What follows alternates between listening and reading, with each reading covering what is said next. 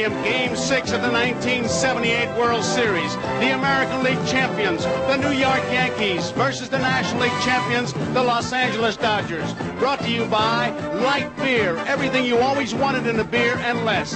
And by Dodge and your Dodge dealer, who invites you to come in and see why people are saying, hey, that's my Dodge. And by Etra, for closeness with comfort, it's Gillette's best shave.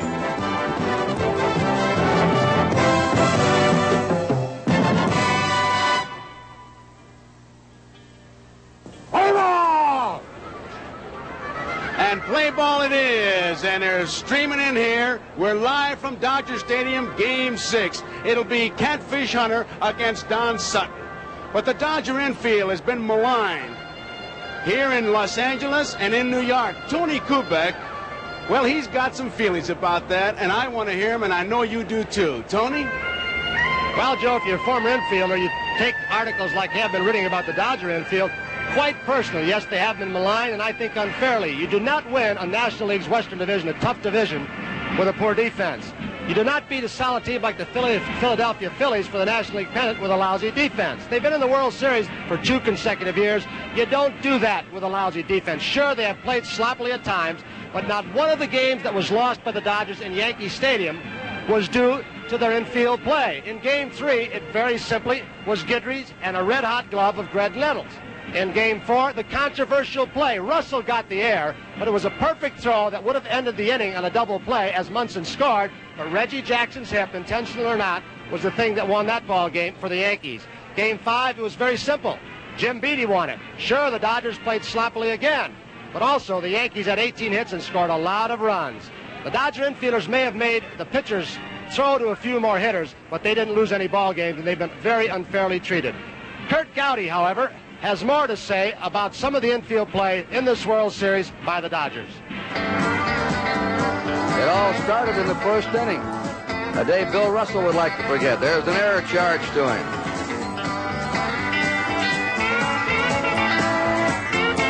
Yankee runners are going on this pitch, and Yeager can't handle it, and the Yankees execute a double steal. Everything is going wrong for the Dodgers. The Dodger manager, Tom Lasorda, put it very bluntly, we played very, very badly. Here's a throw from right fielder Reggie Smith, soaring over the head of Yeager, up against the backstop. Another drive to Russell, ricochets off Russell out in the left field. Steve Garvey trying to handle his ground ball right under his glove, dribbling out into right field. And Johnny Oates trying to catch a knuckleball. This fielding did not lose the game for the Dodgers, but it certainly wasn't very pretty.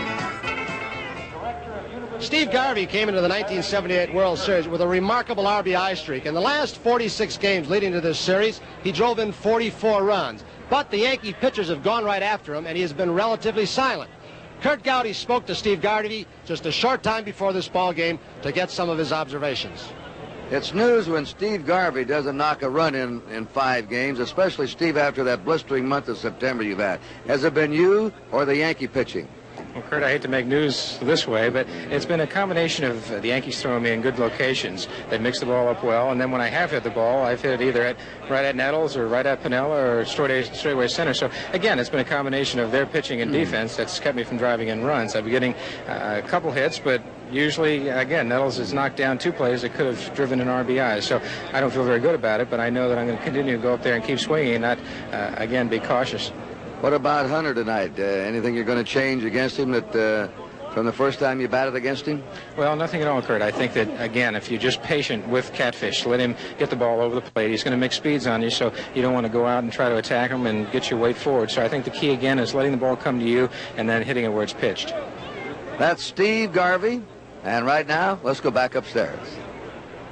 Kurt, I don't think there's any question that if the Dodgers are going to get going, Steve Garvey is going to be a big factor in it. The pitchers tonight, well, there's only 9 active Major League pitchers who have won 200 games or more, and we've got 2 of them going here tonight. For the Yankees, Jim Catfish Hunter, he's won 222 games in his Major League career. And for the Dodgers, Don Sutton's won 205 games in his Major League career. If it does go to 7 games tomorrow night, pitchers are going to be Ron Guidry for the Yankees, and that's a question mark, how good he's going to be, and Tommy John for the Dodgers. So there are the pitching matchups for tonight, and if there is a seventh game, you heard Tom Seaver talk about those two. We'll be here for the seventh game, but the big news is tonight. So let's meet the players. So let's go to John Ramsey, the public address announcer. Ladies and gentlemen, good evening, and welcome to Dodger Stadium and the sixth game of the 1978 World Series.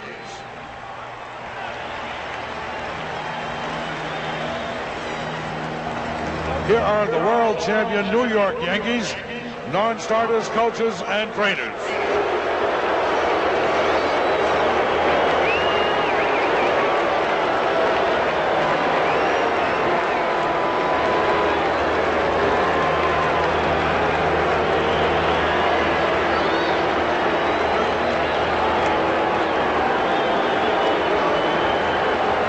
And now, the New York Yankees starting lineup for this evening's game. Batting first, the center fielder, number 17, Mickey Rivers.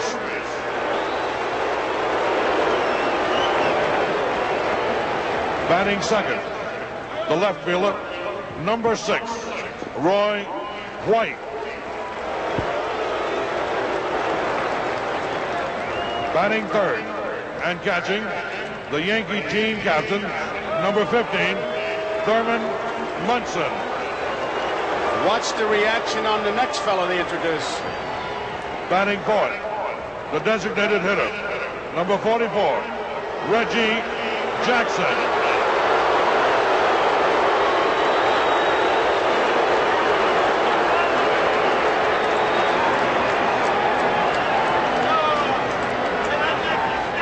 Batting fifth, the right fielder, number 14, Lou Piniella.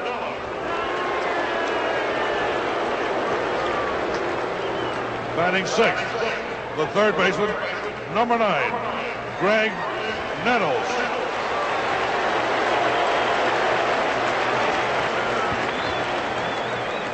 Batting seventh, the first baseman, number 12, Jim Spencer.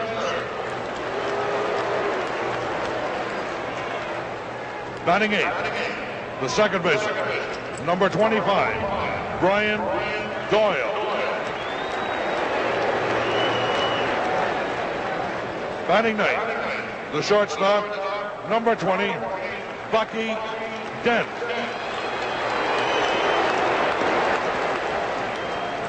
Warming up in the Yankee bullpen, number 29, Jim Catfish Hunter.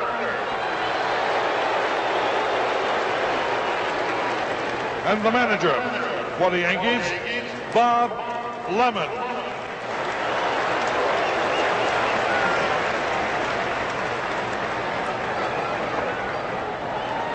And now, ladies and gentlemen, the National League champions, your Los Angeles Dodgers, non-starters, coaches, and trainers.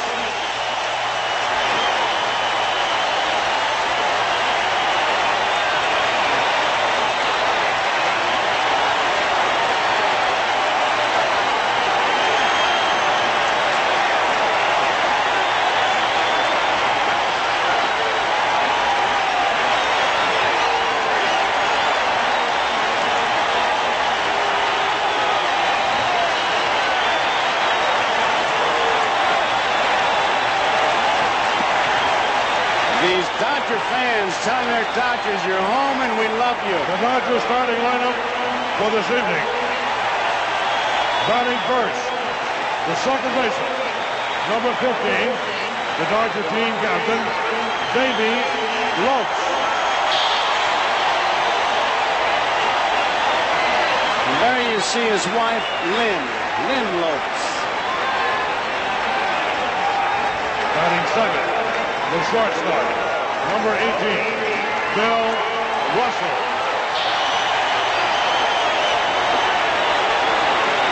That'll be a big boost for him, and there is Marianne Russell. Batting third, the right fielder, number 8, Reggie Smith.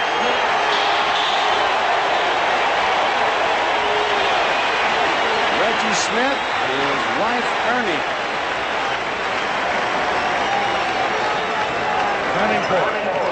the first baseman, number 6, Steve Garvey.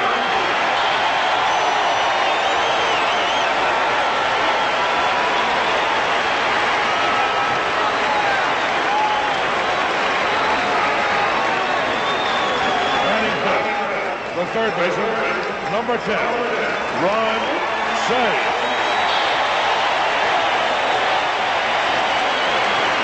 Wife Fran, as she is.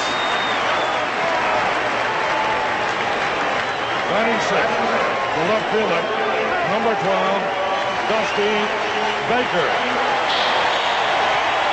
And Harriet Baker. It's a pressure time for the players, but also for their families. Batting seventh, the center fielder, number 16, Rick Mundy.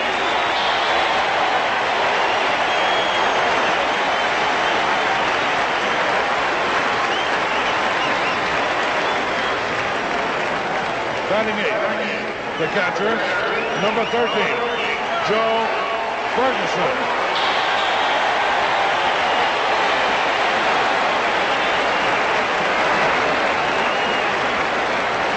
Batting ninth, the designated hitter, number 33, Vic Davalio.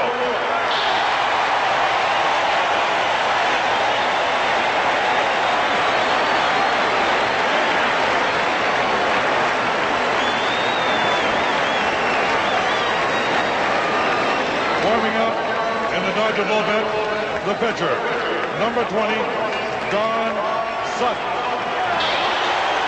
And there is Patty Sutton. Wonder what she's thinking about, huh? Pressure? The manager of the Dodgers, Tommy Lasorda.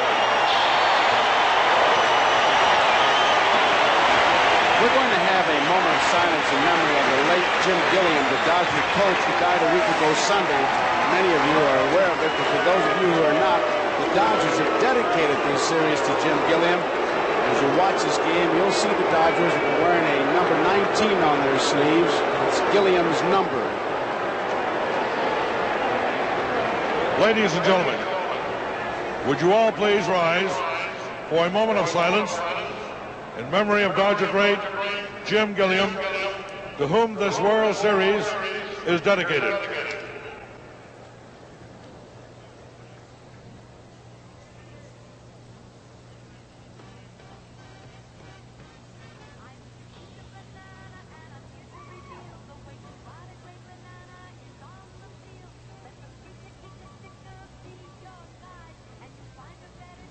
And now, to honor America, our national anthem will be sung today by Sue Rainey.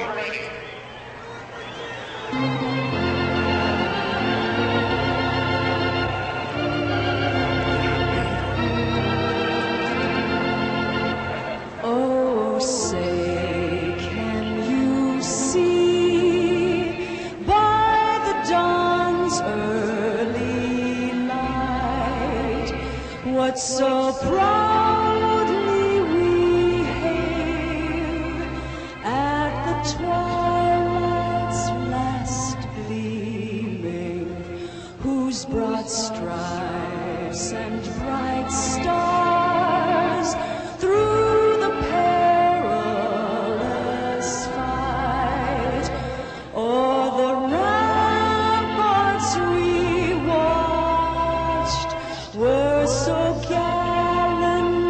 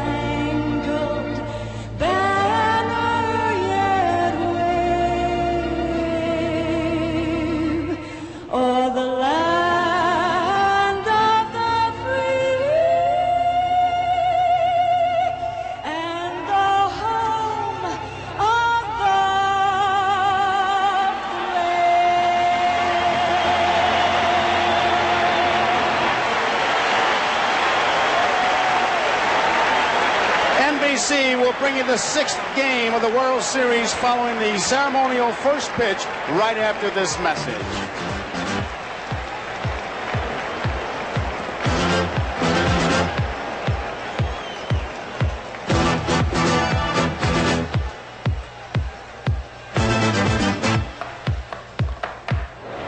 The preceding message was furnished by Major League Baseball.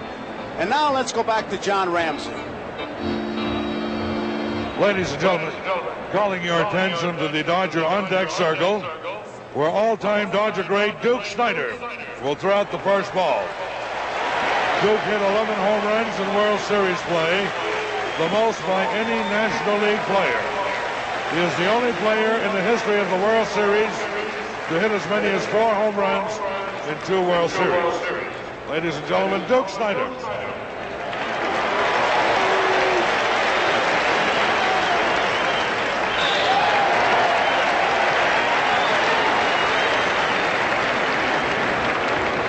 Duke, you played in 6 series. 4 times you're in the position the young Dodgers are in right now. Can they come back? Well, I think with this reception, Kurt, they're back home. The fans are behind them. I think it's going to be a different ball game. They were in awe of New York City and Yankee Stadium and didn't play their kind of baseball, but they're home, and I know we felt the same way when we got to Ebbets Field while we were a much tougher club. The Dodgers' all-time great center fielder, Duke Snider, and now to Joe Garagiola. Okay, Kurt, Duke Snider, good to see the Duker. We see him during the season. He is a broadcaster for the Montreal Expos. Looks great, Tony. Dodgers could have used that left-handed bat and that power in Yankee Stadium. There's the Yankee bench. Of course, they're loose. They're ready to play. Here come the Dodgers. Listen.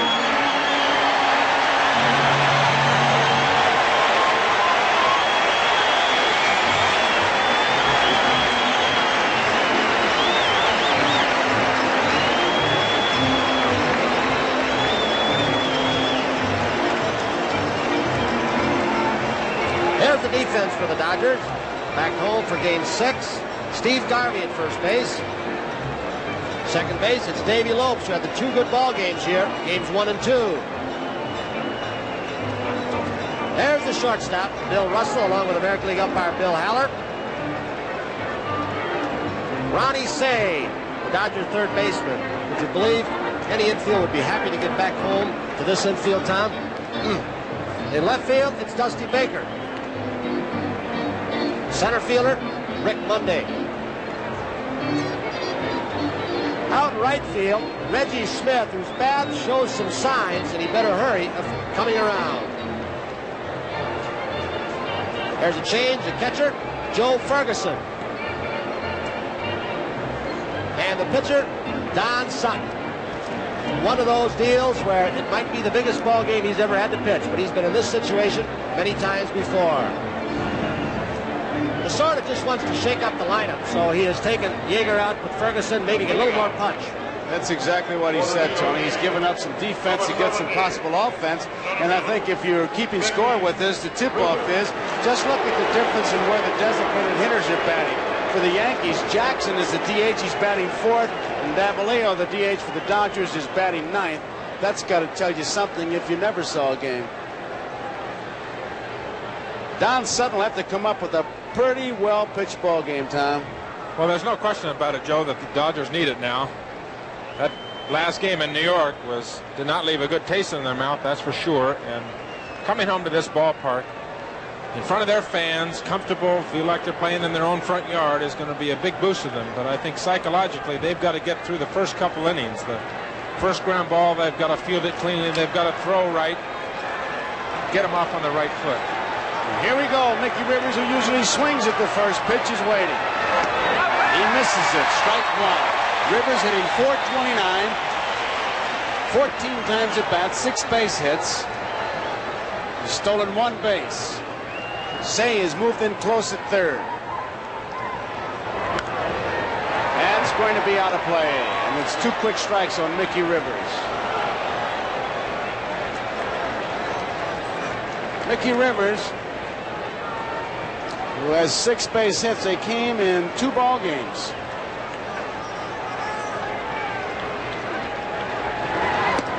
High and tight. Sutton's last game, he started game 3 at New York Friday night, losing 5-1 to Guidry, allowed 5 runs, 9 hits, in 6 1/3 innings. Walked 3, struck out 2. Joe Ferguson behind the plate. Bouncing ball to Lopes. Boy, there it was. A low throw. The pressure showed, but you have to have an eraser, and Garvey was the eraser. Tell you what, Joe Lopes got surprised when he waited, and then Mickey Rivers ran better than he's run most of the time this series. He forced the slow throw, and it is not a short hop. That is a tough hop that in between hop that Garvey just scooped out. This is the type of play in the first inning that can pick the club up. Even though they did get a bad play, they got the good play at first base from Steve Garvey, and they got the first out.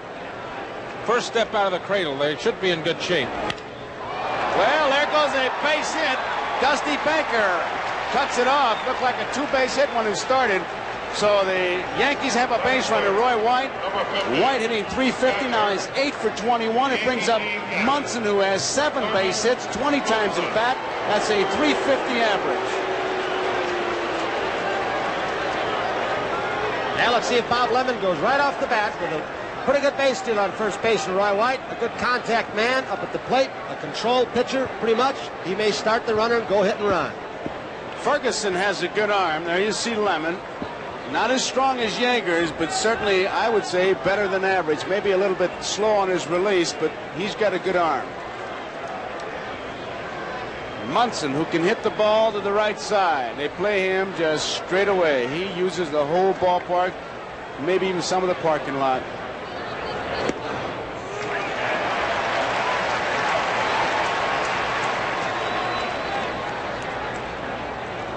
Munson leading the club in runs batted in with 7. In fact, he's leading both teams. Roy White, a lead at first. 1 strike to count, 1 out. Ball game just getting started. There goes White. Bouncing ball. Russell vacated. Makes the play as he backtracks. There was another play that's got to pick you up, Tony. Bill Russell almost left his shortstop just a little too soon on the breaking ball. He was covering. Fastball might have been Lopes. But about this time, Russell is leaving the shortstop spot, but it is topped by Munson. Not hit sharply enough. Now you see him go back to his original position. But Munson does get the runner in scoring position. So they're 2 away, and it brings up Reggie Jackson as we look at Roy White at second base. Jackson hitting .444. 8 base hits. 18 times at bat. 1 home run. 6 runs batted in. He has done anything, everything you would ask of a ball player. Ball 1. One thing a pitcher wants to do right here, Joe, and I'm sure it's on Don Sutton's mind, is get his club off the field without giving up a run. Get him in that dugout, get him near the bat rack so they can go out there first hacks and they don't have to come back from behind. They want to be able to play even that first time when they get there at bat. Ball 2. 2 balls and no strikes. I sure would not throw Reggie Jackson a strike. With first base open and a right-hand hitter up, even though he's a good one, Piniella. Got to go along with you, Tony. And I know if I were catching, I would make him widen his strike zone. If he's going to hit it, he's going to hit a bad ball. He's not going to get a strike to hit. Let's see what happens. Curveball.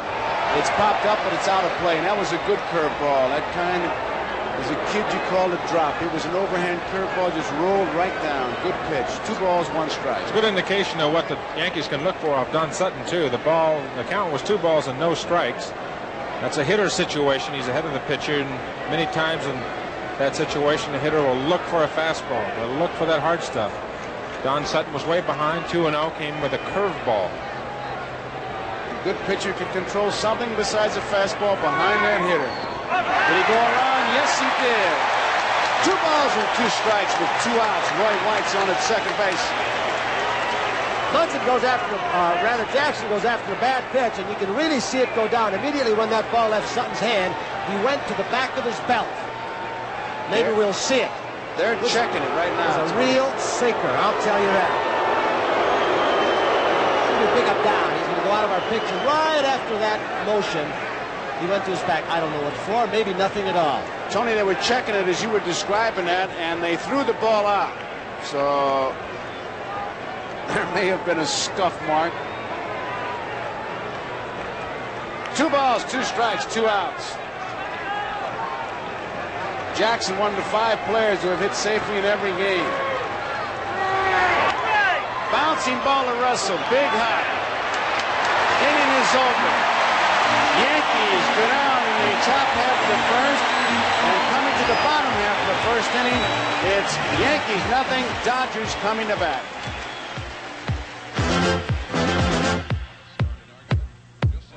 Dodger Stadium, Chavez Ravine here in Los Angeles. Game number 6 of the World Series. Here's the defensive alignment for the Yankees.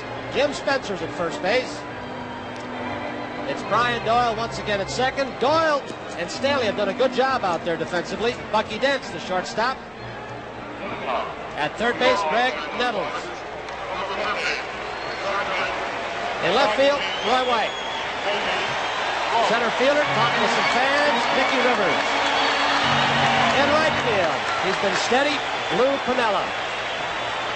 The catcher, Thurman Munson. Joe indicated he's leading the series in RBIs with 7. He's swinging the bat well the last few games. And the pitcher for the Yankees, Jim Catfish Hunter. He wants to get it over and go hunting. His brother supposedly got his 6-point buck, and so he said he wants to join him. Got to have that incentive, so Catfish says he has it, but he's facing Davey Lopes, who is hitting .273 with 6 base hits, 22 times at bat. Ball 1. Lopes with 2 home runs, hit those in the first game.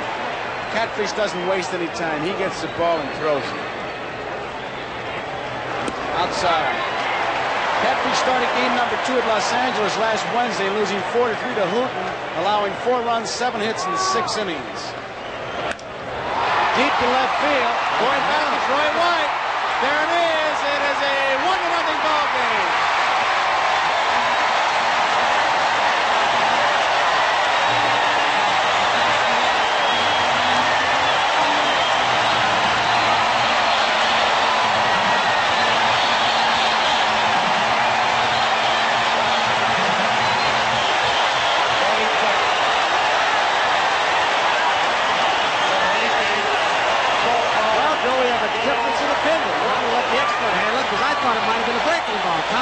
I really couldn't tell, Tony. I think it was a fastball he got upstairs. Looks like a sinky fastball he got up. His mistake was that he got to 2-0. Catfish, of course, gave up 16 home runs this year. He gives up a lot of home runs. Here's a base hit dropping in for Russell. Russell gets another hit. And so the Dodgers' first 2 batters, a home run by Davey Lopes. That ball in Yankee Stadium, Roy White would probably be running in on it.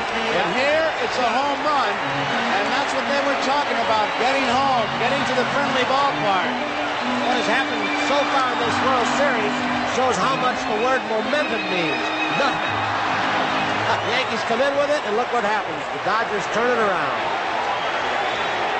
Here's Reggie Smith, strike 1. Russell, now 11 hits in 24 times at bat.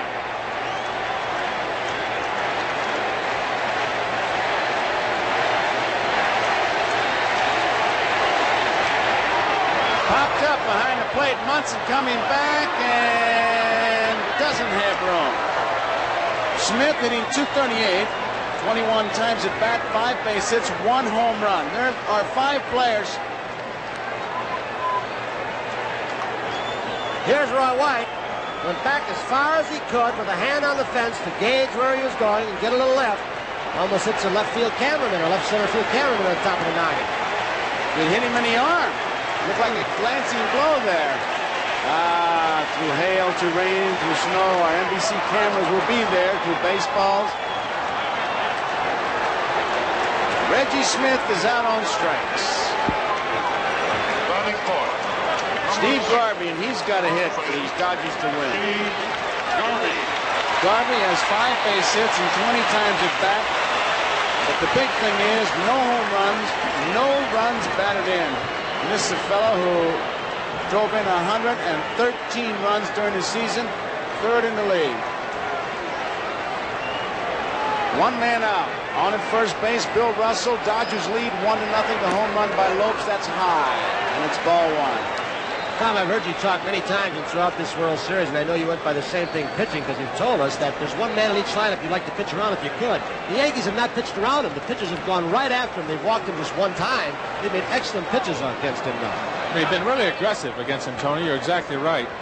And he's not swinging well. It looked in Yankee Stadium as if he was trying to pull most of the pitches.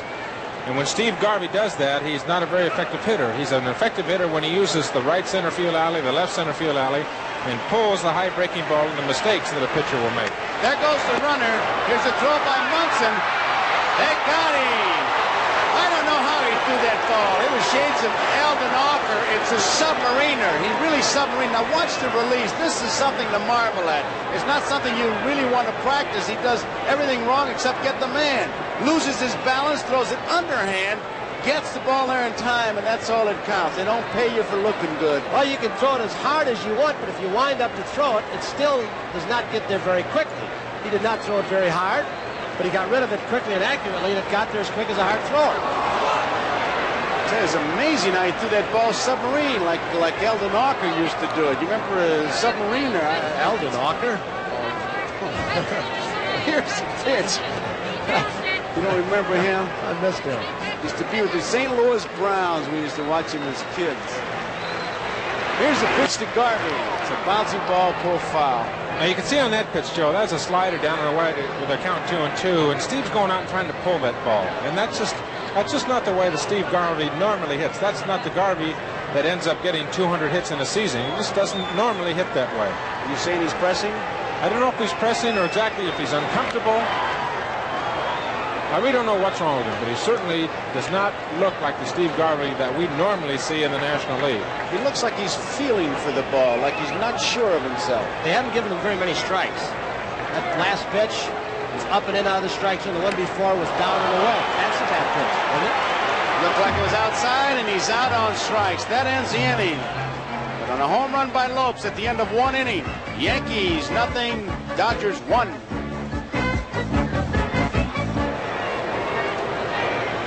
That's going to be a good one, Danny Red Lopez, Little Red Lopez, Fel Clemente, Sports World Special Edition. You're looking at Los Angeles. Ballpark are creepy all over this ballpark. We got a couple of them roaming. Lou Piniella leads it off. 5 players have hit safely in every game. Jackson, Piniella, White, Russell, Smith. Curveball, it was a beauty right on that outside corner. Beauty if you're pitching or catching, nasty if you're hitting.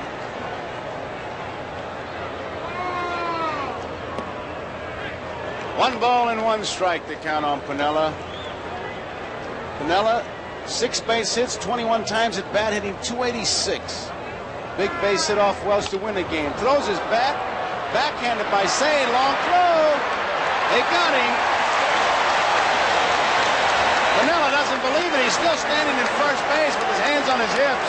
Pretty good play by Ronnie Say. Look how far he goes. Right to the line.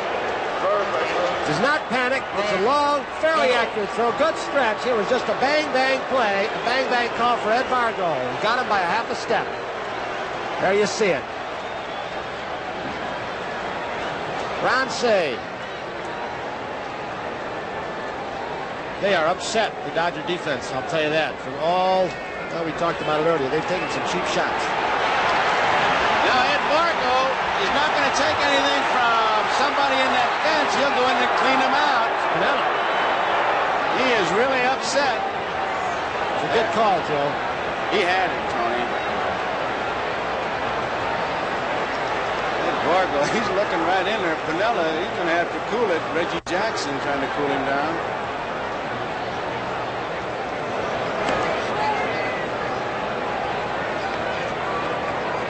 I think Sutton has done a very good job here in the first inning especially. He got out of the inning without giving up a run, which is a big lift to the Dodgers. And, of course, Davey Lopes' home run. There's another shot of that play at first.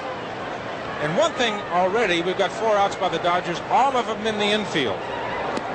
Davey Lopes has made 2 outs, 2 assists. Bill Russell has an assist. Ron Say has an assist on a very good play as you look at Piniella again. I think after the game that they had Sunday in New York, coming back here to their own Dodger Stadium, to get rid of the question mark is to get through the first couple of innings and make a couple of good plays in the infield, which they've done already.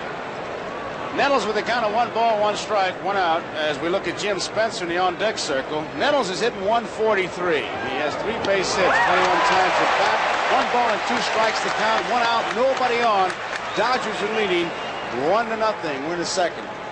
Tom, I think the best thing to take the pressure off any infielder is get a run on the board in a hurry. You can get a lead, that relieves a lot of the tension and pressure for any infielder.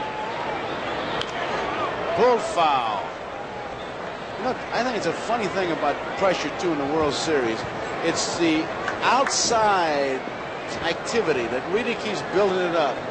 Reading the papers, listening to the telecast, whatever. They came out to the ballpark, some of them were snarling.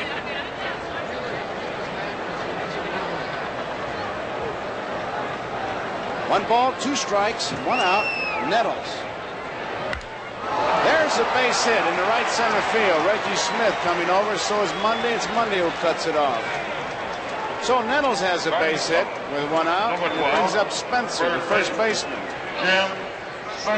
We'll pause briefly for our station identification. This is the NBC television network.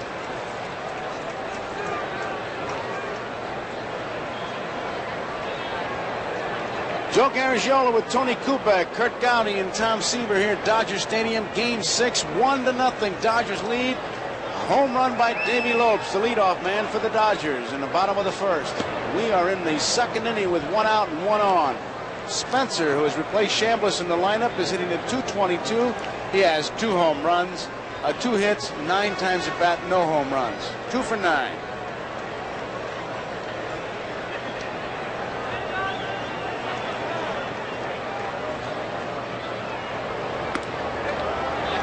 Two balls, no strikes.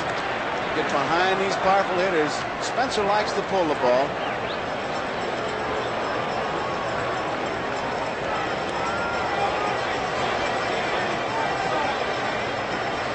Couple of good days right there. Yes, sir.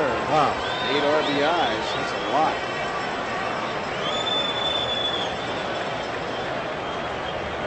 The 2-0 pitch. Whoops, he backs off. Nettles is on at first base. Nettles, during the season, only stole 1 base.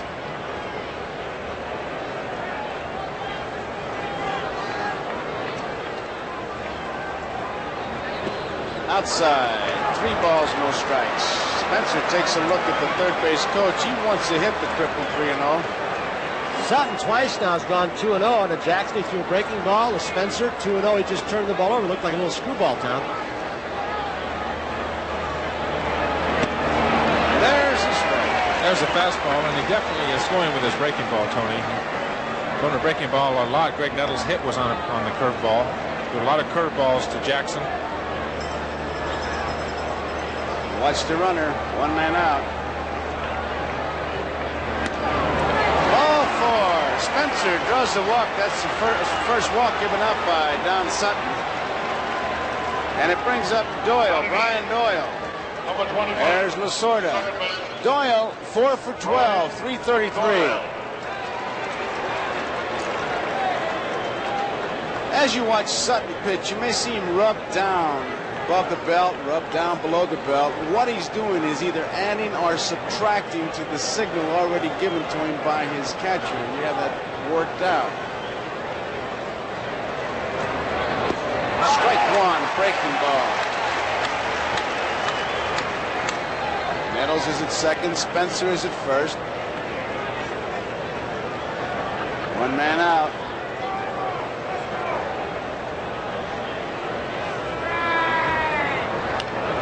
Foul ball, strike 2. A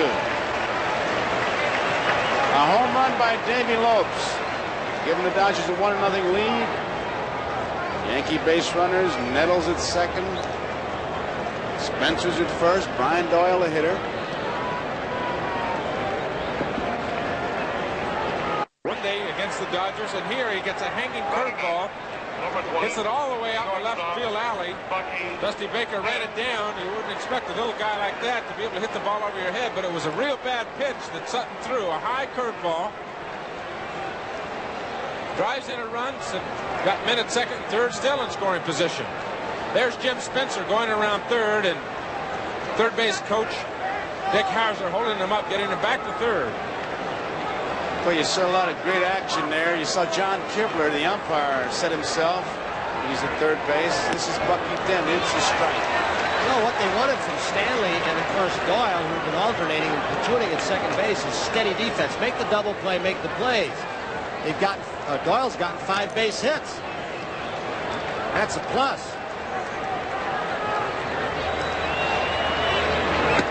Outside, 1 ball, 1 strike. Scores tied, 1 apiece. This guy is an excellent bunter right here with 1 out and Spencer on base. He led the American League in sacrifices 2 years in a row, Dent, so look out. You never know what they're going to try. Up the middle, it's a base hit. 1 run is in. Here comes Doyle. The throw to the plate is not in time, and the Yankees lead 3-1. And now the ball gets by Ferguson, and down to second base goes Bucky Dent. And all the good they did with the good plays was just erased with that sloppy play right there. I've got to believe they're going to charge an error to Ferguson, the catcher, because Garvey decoyed on the cutoff from center field on Monday. We'll see it coming right at you. Here's the hit up the middle, scoots through the hard infield here in Chavez Ravine. Monday's throw, 1 run is scored. Now he's going home. It was not a good throw. Garvey decoyed it, throws the runner. Going around, that was Dent. And then when the ball went through Ferguson's leg, Dent got in scoring position also. So charging there to Ferguson. You know those Dodger players. Now Lopes is going to go in and talk to Sutton. I'm sure that just as we look at Lasorda to reassure Sutton that, hey, this is not going to be another game like we had at Yankee Stadium, but then you have to wonder. There it is. You can see Spencer, who's just scored, saying, stay up, stay up. No chance for a play to Doyle. Right there, the ball handcuffs Ferguson. First pitch, it's pulled on the first base line. Garvey, foul ball. Ground ball to Lopes.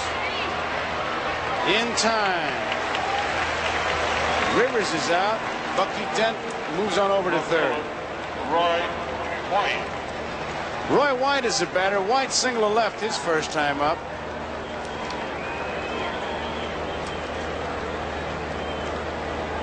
This game of baseball, you can get up so high and down so low so fast.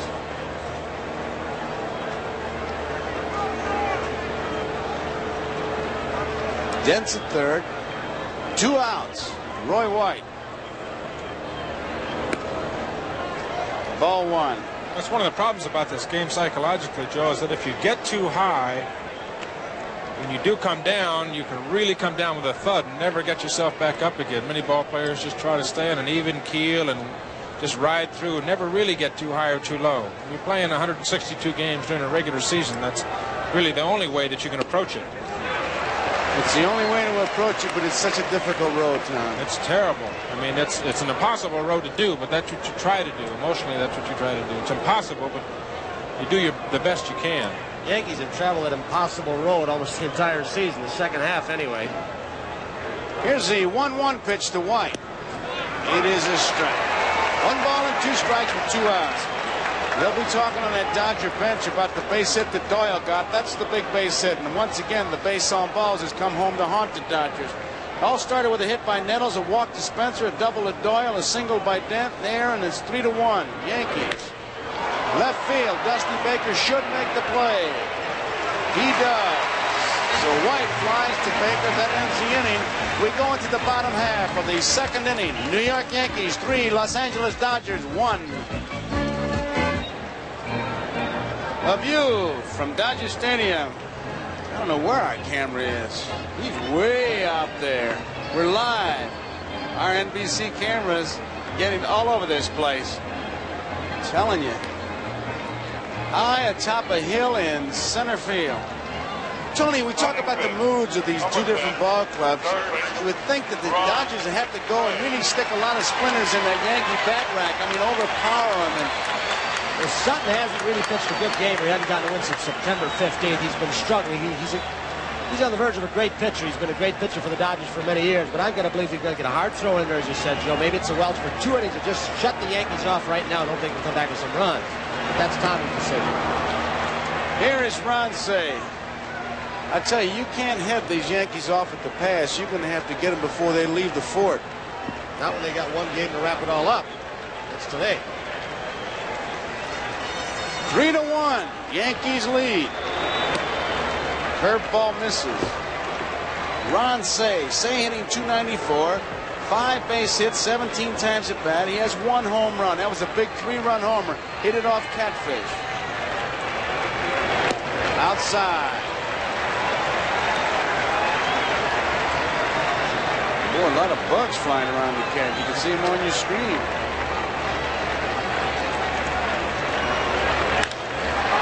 Live fly ball, left field. White's going back. Has he got room? Looks like he has. Makes the play. Just got under it. Catfish better not continue to pitch up in that area. Tom? Well, he's one of the. I was talking to Clyde King before the game. The thing that he didn't want, you see a shot of Say and that high fly ball, and Nettles at third base. Look at Greg.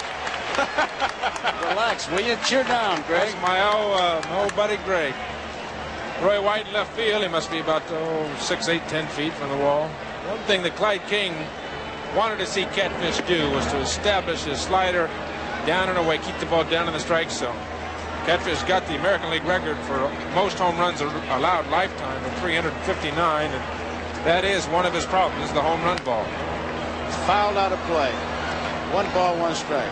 This is about that slider that King was telling, and Art Fowler really is the pitching coach in his ball club, but the pitch that, and Fowler was saying, the pitch that Hunter has really lost does not have the velocity like it once did, is the slider. He still has the change of speeds, the curveball, he changed up well, but he cannot throw that slider hard enough after the arm problem. Ground ball to Dent. They get Dusty Baker. I tell you, in deference to our good friend Alan Roth, and he won't get upset when I say this, but some statistics I think are ridiculous, like home runs allowed by a pitcher. And it depends on the innings pitched and when they're given up. There's so many factors. The ballpark comes into play. How many men on when they're hit? That's the most important, too. I tell you. Robin Roberts used to give them up, didn't he? Oh, did he ever? He'd give you that nice, comfortable collar we always talked about, too. 2 outs and nobody on. Here is Rick Monday. First pitch, ground ball. Doyle has it. Catfish has an easy inning. 3 up, 3 down for the Dodgers. We complete 2 innings of baseball here, and it's the New York Yankees lead. The Dodgers won. Coming to bat for the Yankees, it'll be Thurman Munson to lead it off, followed by Reggie Jackson and then Lou Piniella. Well, here it's the Hollywood connection, they call it. You're looking, the man drinking the Coke, I guess, whatever it is Jerry Weintraub, one of the big impresarios here. He is sitting in Frank Sinatra's box seat. Frank, who is in New York, I'm sure, if he gets a chance, watching it. He's an honorary coach for Lasorda. Julie Rizzo, Don Rickles. I tell you, it's like going to watch Hollywood Squares. You come out the ballpark here. They're all here. Ball 1 to Thurman Munson. Munson bounced out to the shortstop his first time up.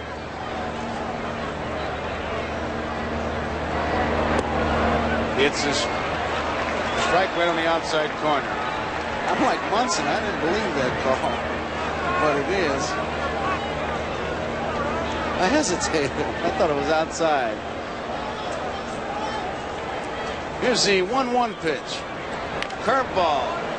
Tap foul. He looks like he's got a good breaking ball, Tom, the overhand curveball. Got a very good breaking ball. The bad one he threw was to Brian Doyle. He's getting it over for strikes. He just hung it right up in his eyes. That's the problem with throwing a lot of breaking balls, is getting the ball up. Here's the pitch to Thurman Munson. Sutton, of course, throws off that stiff front leg. He does get his arm through, though. A very good breaking ball. Just don't get it up there where it looks like a balloon. You can really, the hitter's a hack on it. Here's the 1-2 pitch. Foul tip. And high curveball, you can pick up the spin so soon in that batter's box, and you can see it's, oh boy, if there's ever a pitch you would call room service for, that would be it. I see hitters' eyes. They start to look like pool balls. I mean, the eyelids go back, and you see all the white come out in their eyeballs.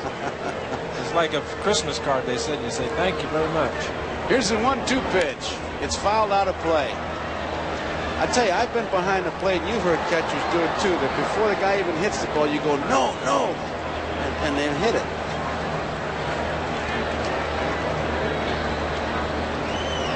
Yankees 3, Dodgers 1. Third inning. Munson is out on strikes. That's the first strikeout for Don Sutton. There's another curveball again, and it's a dandy.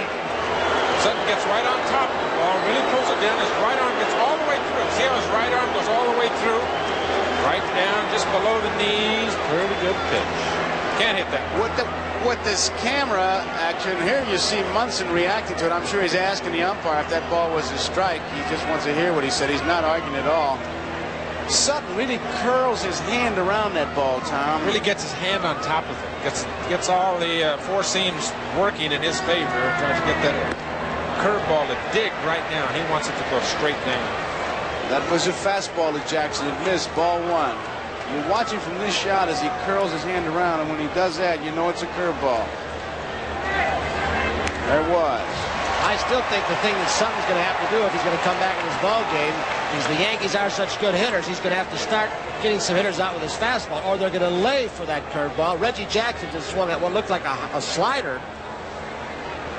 But he's going to have to throw some fastballs and get some hitters out. I think you're exactly right, Tony. Yeah. You see Reggie's feet as he's digging in at home plate. When Nettles got his base hit, it was 1 ball and 2 strikes. He's Sutton was ahead of him. And Nettles is a fastball hitter. He hit that curveball like he knew was coming. Like he's sitting on the curveball, even though he's got 2 strikes on it. It's outside, turned it over. 2 balls and 1 strike. It's not a big screwball when he turns it over, but it's enough to, if you try to hit it, you're just not going to get it. It's in a good spot. 2 balls, 1 strike, 1 out. Nobody on. 3-1 Yankees lead. We're in the 3rd. Breaking ball. Again. 2-2's the count.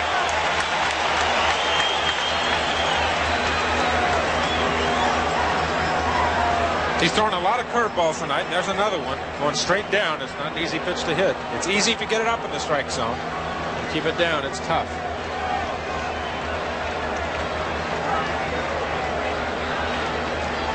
Here's the 2-2 pitch. Struck him out. Second strikeout.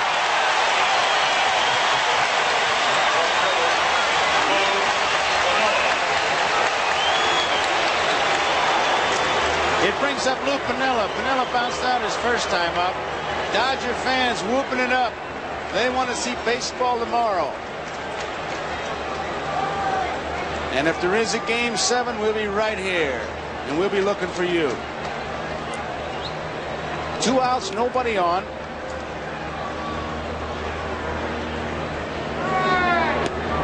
It's a strike.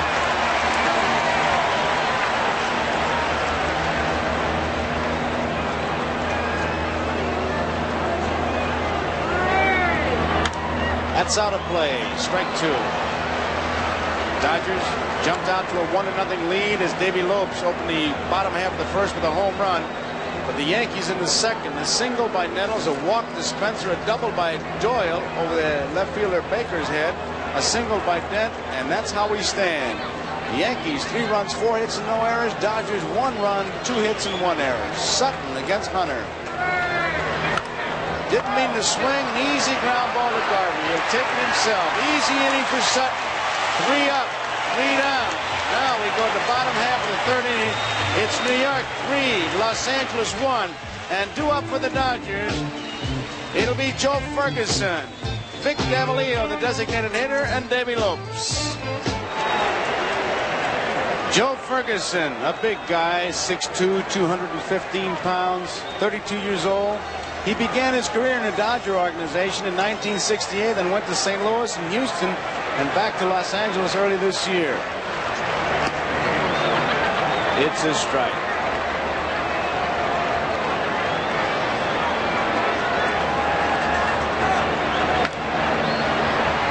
Foul ball.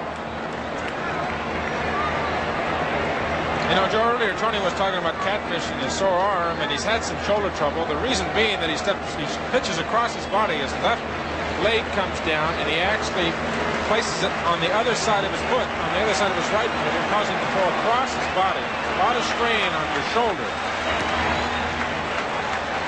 Ball one. Ferguson came from Houston for two players to be named later. The players turned out to be Landis-Doy and Jeff Leonard, youngster who led the Pacific Coast League in hitting. You know, Ed Libertor, the scout for the Dodgers, hated the losing. 2 balls and 2 strikes. Right center field, well hit. Piniella going back, and had the ball, hit the wall, drops it. Ferguson stops at second. Piniella may be hurt. He hit that wall hard. There goes the trainer, Gene Monahan. What an effort by Piniella.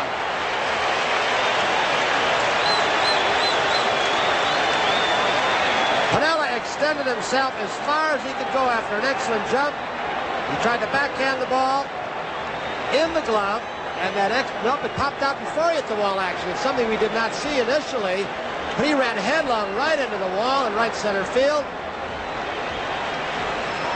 I'll tell you, he made one heck of a try, as you said, Joe, but here's what happens when you play in a strange ballpark. His own ballpark, you would know, he hit the side of his face, the left side, right into the fence. Tony, on the replay, you could see it from just watching. It looked like he had the ball, but it went out of his glove before he got there. But he was on the warning track. He knew he was close, and it didn't slow him down at all. Tremendous effort. You wonder, Joe, if that ball popped off the side of his glove when he tried to backhand it.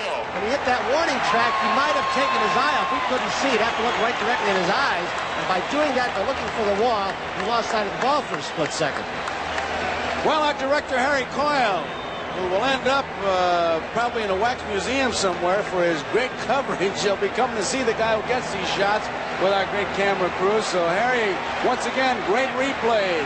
Congratulations to all of you. Davalillo, beautiful bunt. It's going to be a race, and Catfish Hunter wins it. He was bunting for the base hit. But what happens is gets a sacrifice as Ferguson moves to third. So the kind of athlete that Catfish Hunter is right here, Tommy. He does all the things that a good pitcher has to do, Tony. There's no question about it. He was going that way off the mound, and Davalillo still runs well for an elderly man, shall we say, about 40, 44 years old. A good bunt, a good play by both the first baseman Jim Spencer and the pitcher Catfish Hunter.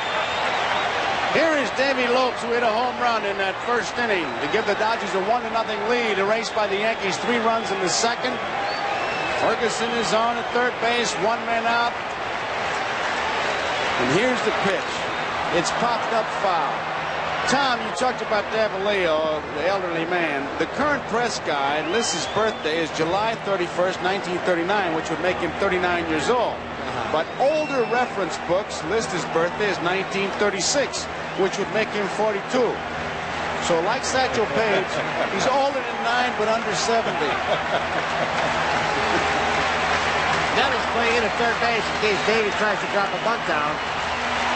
High fastball, 1 ball, 1 strike. This is what they have not been able to do, drive in that run from third base with less than 2 outs. Ferguson. They'll get him this time. Lopes comes through. It's a 3-2 ball game. Ferguson scores.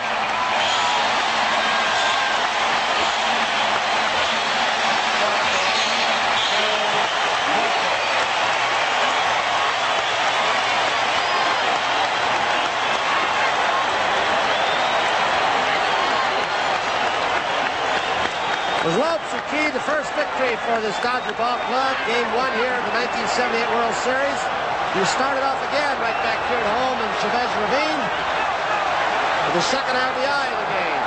Peabody tomahawk, that pitch was up out of the strike zone. Ball 1. Davey Lopes, as we look at the Dodger bench, he would like to steal a base here. I think he's going to be given a chance by Lasorda also. Russell up, who protects the runner so well. Munson threw out Russell in that first inning, but Davey Lopes again in the game of messages. Lopes would like to deliver a message that you can't get me if I run. There he goes. Munson throws. Lopes makes it.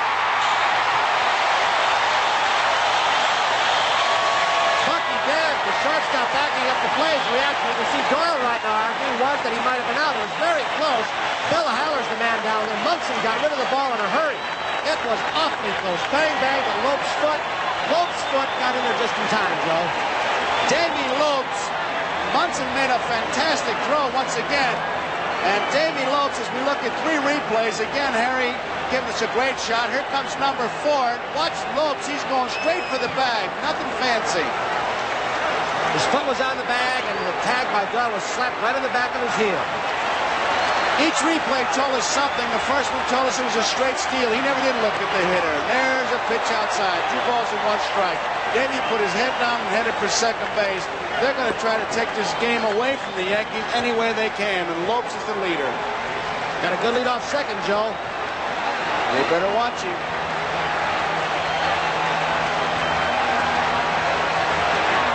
Outside.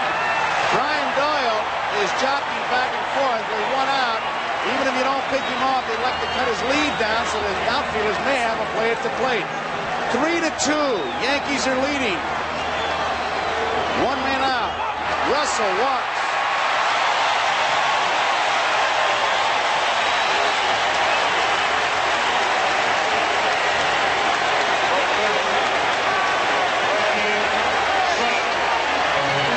Here's the man, according to the scouting report turned in by the Yankees, that the Yankee pitchers want to pitch around in any tough situation. It was not Garvey. It was not Garvey. They fear his left-handed bat, and they feared him especially in Yankee Stadium. Time is called now. 1 man out. Lopes is on at second. Russell is on at first.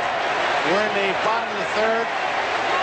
High, ball 1. This crowd is going wild.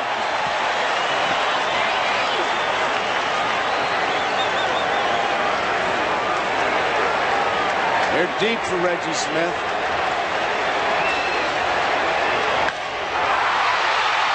Doyle, 1 over the first, double play.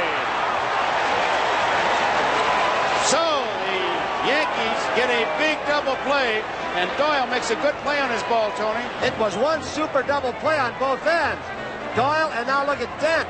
Under pressure, gets the throw off. Smith runs well. Russell really took him into a tumble. Great double play. That he did. That ended the inning. So at the end of 3 complete innings, Yankees 3, Dodgers 2, and we got a dandy going. And we'll be right back after these messages from your local station.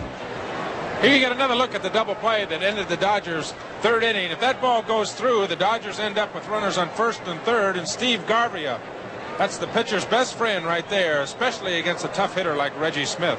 Also, Tom, if Dent doesn't turn the double play, it's 1st and 3rd, 2 outs, and Garvey's up. So any way you look at it, both guys made a super play. Nettles hits the first pitch foul into the stands. And you know, we were talking about most valuable players in this series, and that little Brian Doyle, who was supposed to be a blowout patch because Willie Randolph is out with an injury, pulled hamstring. Doyle, he drove in a big run that second inning with a double, made this play. He and Stanley have done a tremendous job filling in for Randolph. That was just a super double play under a lot of pressure. Nettles singled to right in the second inning and scored. He scored on Doyle's double. Outside, 1 ball, 1 strike. 3 runs, 4 hits, no errors for the Yankees. 2 runs, 4 hits, and 1 error for the Dodgers. We are in the 4th. Game 6. Yankees leading 3-2 in games. 3-2 in runs in this game. Left center field, going back is Monday, has room. 1 out.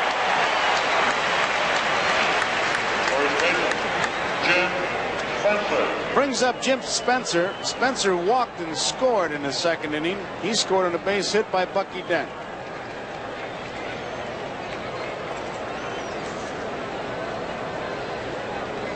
Good crowd on hand. Looks like a jam ballpark to me. They're here to root their Dodgers home. Strike is called. 3.3 million saw the Dodgers play during the regular season. That's a lot of anything. People, jelly beans, whatever.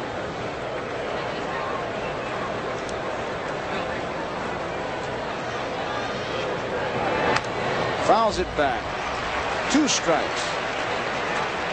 You know, since they've come out here, Joe, I think there's only 4 times that the Dodgers have played under 500 ball. They came out in, what, 1958? I think that was the first year they came out here. Only 4 times, 4 years since then, that they've had teams that have played less than 500 baseball. Tribute to the organization. Strike is called. Spencer is out on strikes. That's a 3rd strikeout for Sutton.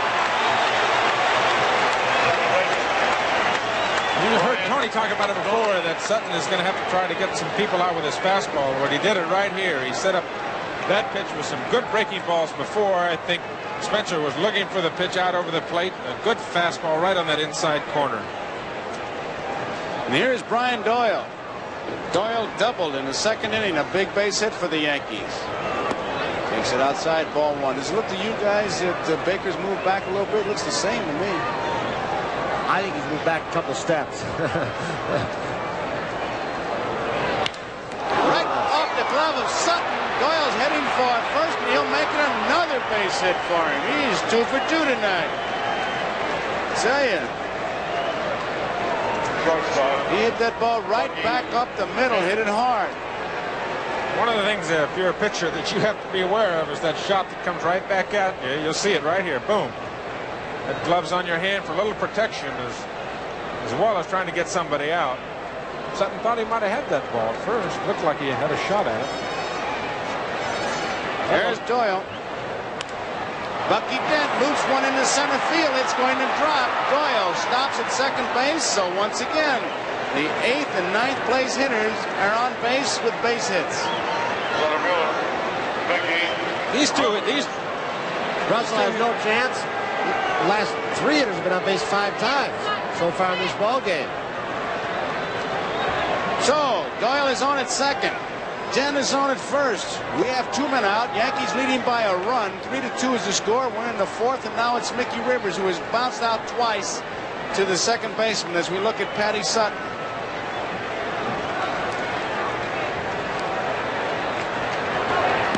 Rivers takes it inside for ball 1. Those 2 hitters at the bottom of the lineup, Tony, Sunday and today, are just amazing. That's what they get paid for. Hitting and fielding. Dent. Fielding and hitting. That's right. Dent Sunday had 3 base hits and scored 2 runs. Rivers fouls it back. 1 ball, 1 strike. While I look at the baseball, let me tell you, this telecast presented by authority of Major League Baseball is intended solely for the private, non-commercial use of our audience. And any publication, reproduction, retransmission, or the use of the pictures, descriptions, and accounts of this game without the express written consent of Major League Baseball is prohibited. 1 ball, 1 strike, 2 outs, 2 on. Yankees 3, Dodgers 2. We're in the 4th. You see Sutton subtracting from the signals. Left field. Baker should make the play. He does. Rivers lines hard to Baker. Leaves 2 runners stranded. The Yankees do not score in the 4th, so as we go into the bottom half of the 4th inning, the score, New York Yankees 3, Los Angeles Dodgers 2. Then coming to bat for the Dodgers in the 4th inning, it'll be Steve Garvey, Ron Cey, and Dusty Baker. Bottom half of the 4th inning. This is Patty Sutton on that last one. Look up for the fly ball, and then a reaction. Whew. Whew. My man got him. I tell you, lovely ladies. Foul back by Garvey. Garvey's having one of those kinds of series where the fastballs, even though they're not real tough fastballs, he's a little bit laid out. The off-speed pitches, he's a little bit in front. He's just, I don't know if it's more mental or more physical, but he's in one of those twilight zones that he just can't seem to get in the groove. When he does get his pitch, he fouls it off. I guess it's called a slump, isn't it? Well, I don't know if there's that many times at bat, Tony, as he fouls this one off, but Garvey coming into today's game was 5 for 20 with no home runs, no runs batted in, so he is 5 for 21, and Cindy, his wife, looking on. He's got to hit for them to go, and for him not to hit, it's going to just slow down the big machine because he's right in the middle of it. He's the 4th place hitter. He's got to tattoo the ball. Takes the pitch outside, ball 1. That's what he's going to have to do, lay off bad pitches. I think he's been swinging an awful lot. He did off Beatty in New York. He has off several other pitchers. He chased the bad ball there, and you get anxious in there, and it gets psychological. You know, it's Campanella's great description. That a slump begins in your bat, it goes to your head, and ends up in your stomach. And you start to reach for the bad ball. And I've always felt that the slump, if you didn't want it like a common cold, it's there for 2 weeks. I don't care what you do. And this is the way you start it. High and tight, 2-2. Catfish throws that ball, that curveball out there. Tom then comes inside, see if he'll chase it. Catfish will use both sides of the plate, and that's what every good pitcher does. Is the outside and the inside corners going back inside.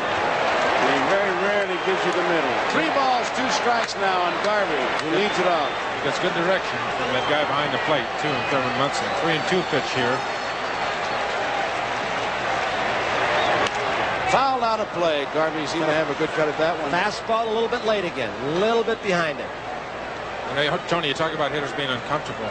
And the big thing is that when you're uncomfortable, when you get your pitch that you can hit as a hitter, to drive, you miss it. You foul it off back here and back in the seats, just like you did. Right at Greg Nettles.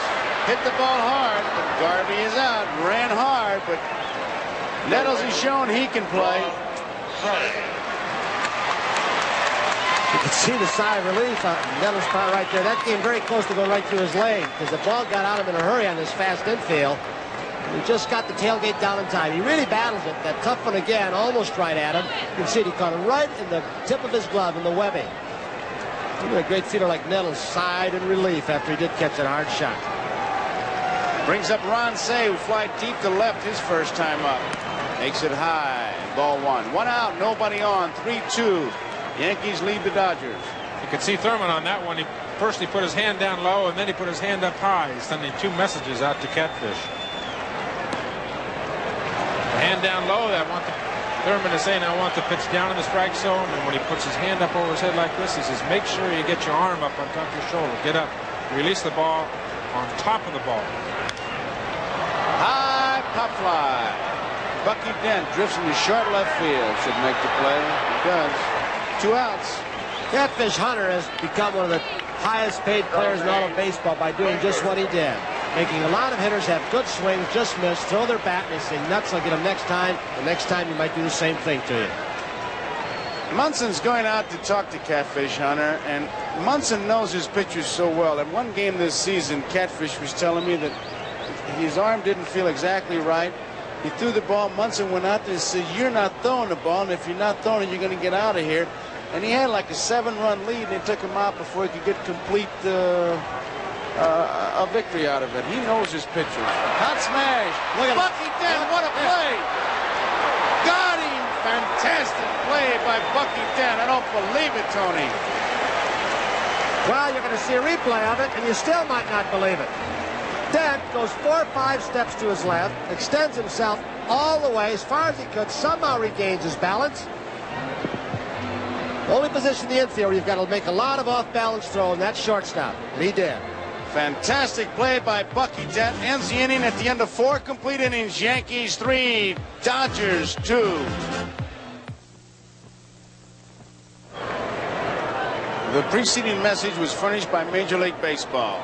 That was Nettles in Game 3. Today it's been Doyle and the Dent Show. Dent retired the side, caught that ball when it was almost on the outfield grass. It was past him. Roy White, Thurman Munson, Reggie Jackson to face Sutton. Yankees lead 3-2 over the Dodgers. We're at the top of the 5th.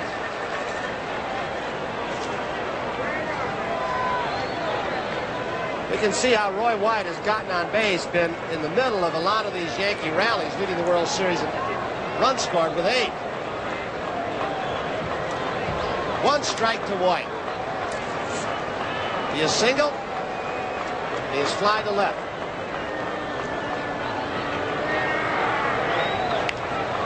But Say was charging, but it goes foul.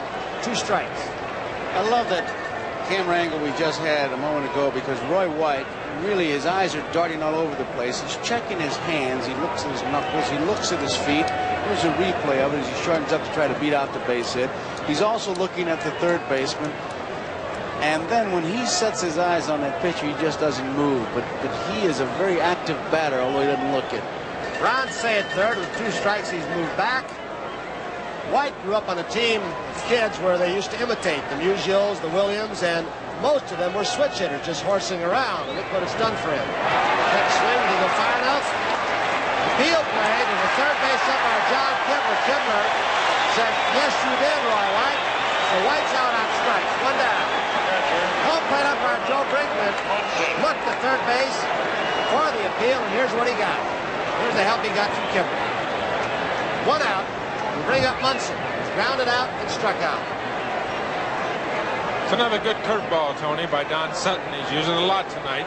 It's become his effective pitch for the evening, and I think he's made up his mind that the Yankees are going to see a lot of it. You can see Sutton immediately asking for appeal. He knew it was a strikeout. Thurman Munson, leading all the players in the World Series in RBIs. Gets this one foul on a play. You know, the two guys we got pitching tonight, Jim Hunter and Don Sutton, ranked 3 and 4 among active pitchers in the major leagues today with the number of starts, number of major league starts. Hunter's got 457, and Sutton has 454. That's a lot of throwing. Well, Sutton ranks well up high in wholesome Dodger pitching records. 2 strikes on Thurman.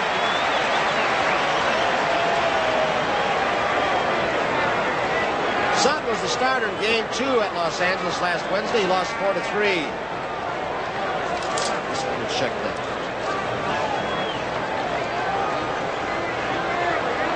Two strikes on Munson. 1 and 2. Game 3 in New York. Friday night. Lost 5-1 to Guidry. That was the Greg Nettles show. Who was it? 1 out. 3-2 ball game. The Yankees lead. We're in the 5th. Hit hard. Save. That was a tough hop. Over to Garvey. Out number 2. So the Dodgers finding their infield at home a little more to their liking. Here you see a shot from our left field camera. It's a 1-2 pitch. Another breaking ball that Ronsay gets down on 1 knee. Fires across to Garvey. Thurman is out easily. Another fine play by Ronsay at third base. The Dodgers expressed some ill feelings about the field in Yankee Stadium, and they look like they're a lot more comfortable coming home playing on their own red infield. Reggie Jackson with 2 outs. He's grounded out and he's struck out. Wide on the black, no strike. Sutton looks a lot sharper now than he did in the first inning or 2. He's gone a little more to the fastball. He's been around the corners. Like Hunter, he'll throw you a lot of different pitches. In one appearance at the plate, you might not see the same pitch twice. He'll give you the little straight change up, the little screwball, sinker ball, curveball, hard slider. He'll change up on the curveball. 1 strike to Reggie Jackson.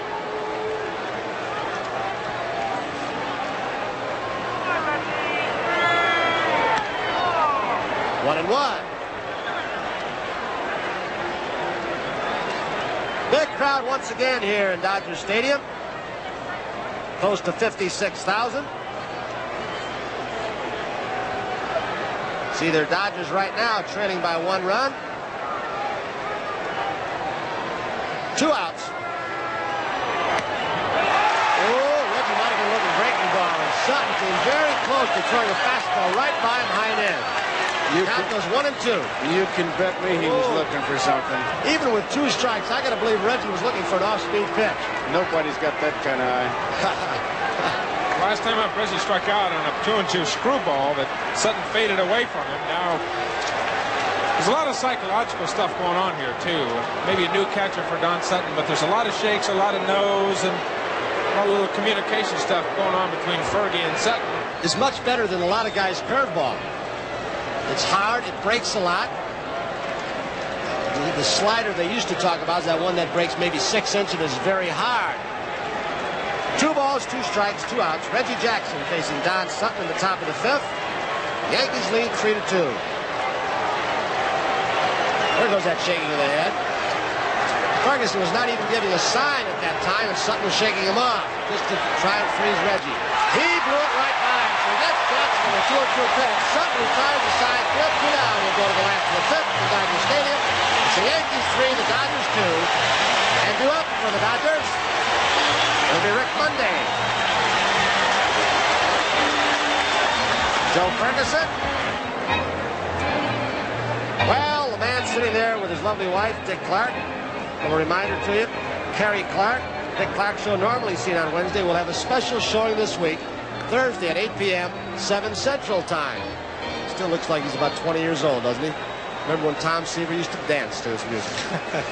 Poorly, but he tried it. Not very well. That's exactly right. Rick Monday, Joe Ferguson, Vic Davalillo. Last of the 5th, the Yankees lead over the Dodgers 3-2.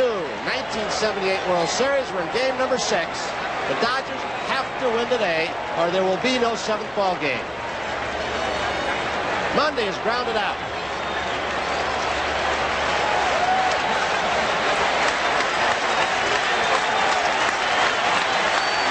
Catfish Hunter with a 1-run lead. 1 ball. In case you didn't see the first ball game of the Catfish, Tom Seaver talked about the therapy he underwent. He was hypnotized and they broke the adhesions in that shoulder. Foul off, 1-1. He also found a little flaw in his delivery, watching some home movies over the winter time, where he had changed his delivery because of that sore shoulder. He has pitched a lot of innings in his baseball career. 1 ball, 1 strike. He had like a 9 or 10 year stretch there where it seemed like he was averaging almost, I don't know the fact before, almost 300 innings a year. With a DH, some of those innings are awfully tough. 2-2. But Catfish is one guy. There's Joe Ferguson on deck. Catfish said when the DH came in that he thought it would take some years off the end of his career because those innings you pitch with the DH late in the ball game, he gets Monday. Your arm might be a little tired, and you got to throw the hard breaking ball to a tough hitter. There's a little more strain on the shoulder and elbow. Joe Ferguson, who doubled, scored a run in the 3rd. The only other Dodger run was Davey Lopes, a home run leading off the ball game for the Dodgers.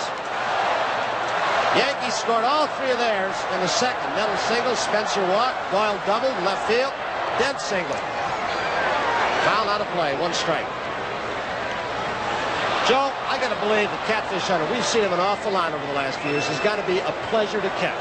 Oh, you got to love working with a guy like this. And the reason I say that, because when he's got his good stuff, you know it's going to be an easy game because he knows where he wants to throw it, and he never wastes a pitch. Every pitch works for him. It may be a ball, but it's setting up the next one, and that's the pleasure of catching. 2-strike pitch to Ferguson. He didn't waste one, Hunter. Ferguson drilled it to center field. Mickey Rivers began to limp as he came in for the ball, but he made a nice catch in short center field. 2 outs. And another thing about an outstanding pitcher like Catfish Hunter is that the guys that play behind him, not only the catcher, but the shortstop and the center fielder and everybody that plays behind him, Cat doesn't fool around the mound. He gets up there and he gets ready and he pitches. And he doesn't pitch behind. He doesn't go to 3 balls and no strikes. He doesn't go to 3-1. He's not 3-2 on everybody. He gets the ball, he gets ahead of his hitters, and he makes them swing the bat. And that makes for a lot better play behind the pitcher.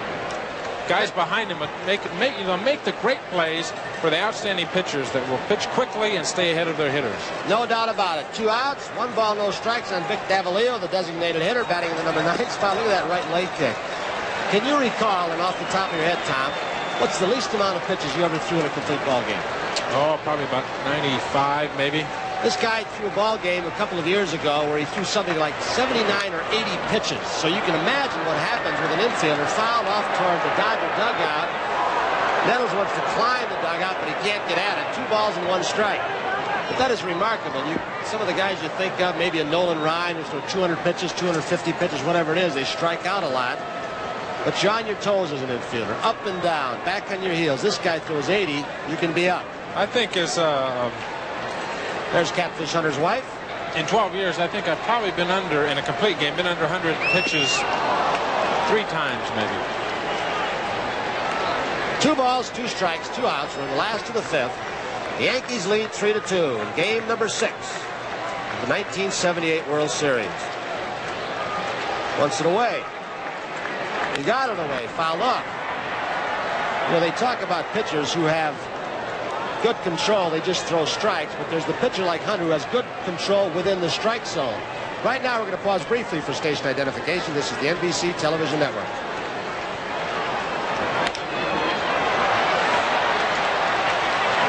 Little chopper that Nettles makes a nice play out and retire the fleet-footed Davila. So the Dodgers go down in the last of the fifth. The score as we go to the sixth, the Yankees 3, the Dodgers 2.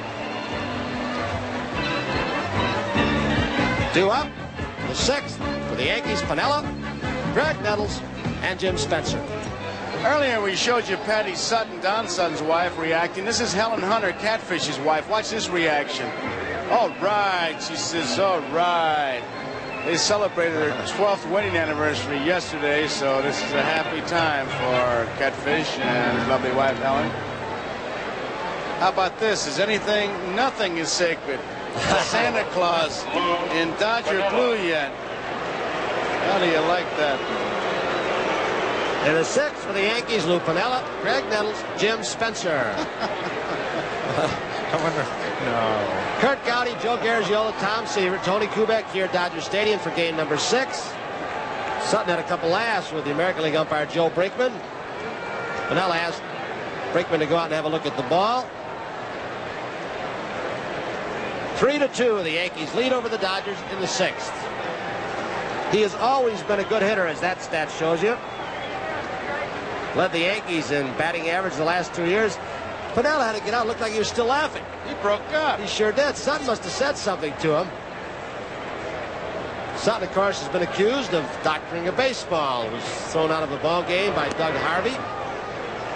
He has Band-Aids on his fingers at times with messages in them to umpires as they make him remove the Band-Aid. And years ago, they used to be able to strip pitchers to see if there was any foreign substance, but not anymore.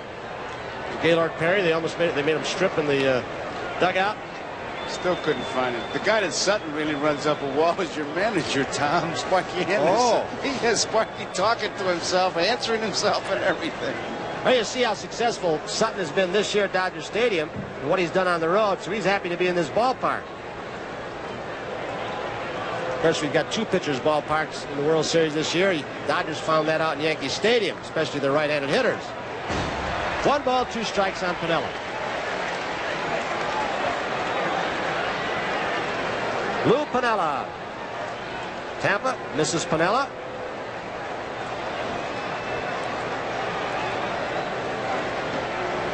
You know what Gaylord Perry said about foreign substance on the ball? I talked about spitballs and scuff balls being psychological. And he says, throw it to the opposing manager's favorite player.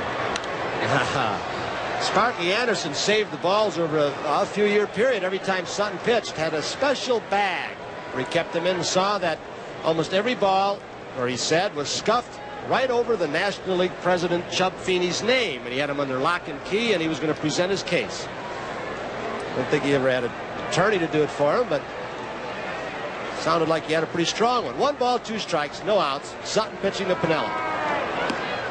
2-2. Tom Lasorda, 28 years in the Dodger organization. Bob Lemon, who was fired at Chicago, fired a few years back at Kansas City, hired as Billy Martin's pitching coach a couple of years back. And then when Billy Martin left, resigned, Bob Lemon, Billy Martin's good friend, took the team over. 2 balls, 2 strikes. Joe Ferguson catching today as Yeager, who'd not been too effective with the bat, was sat down, was sort of trying to shake the lineup up.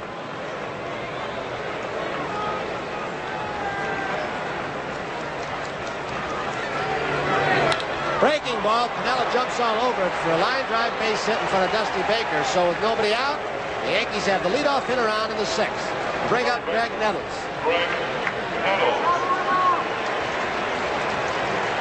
There you see Mrs. Piniella pretty happy about her man's base hit.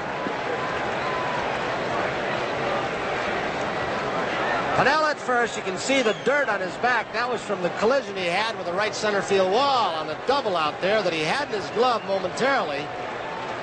Big hole for Nettles to shoot through a pull header with Garvey holding Piniella. He had a good cut, but fouled off a fastball.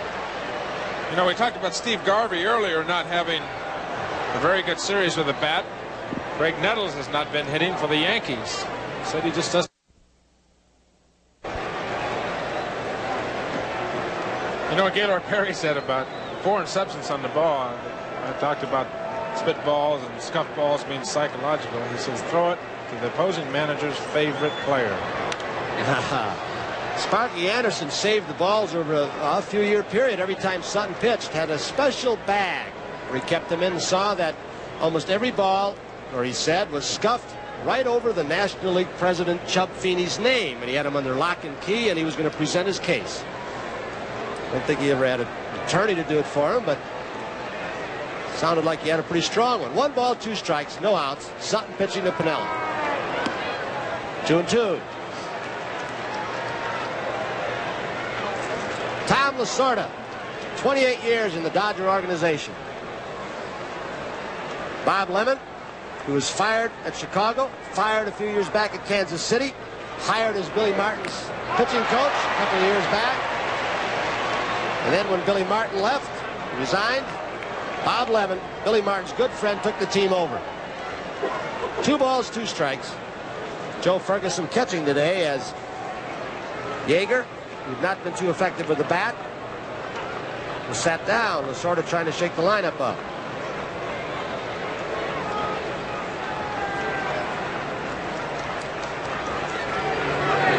Breaking ball, Piniella jumps all over it for a line drive base hit in front of Dusty Baker. So with nobody out, the Yankees have the leadoff hitter on in the 6th. Bring up Greg Nettles.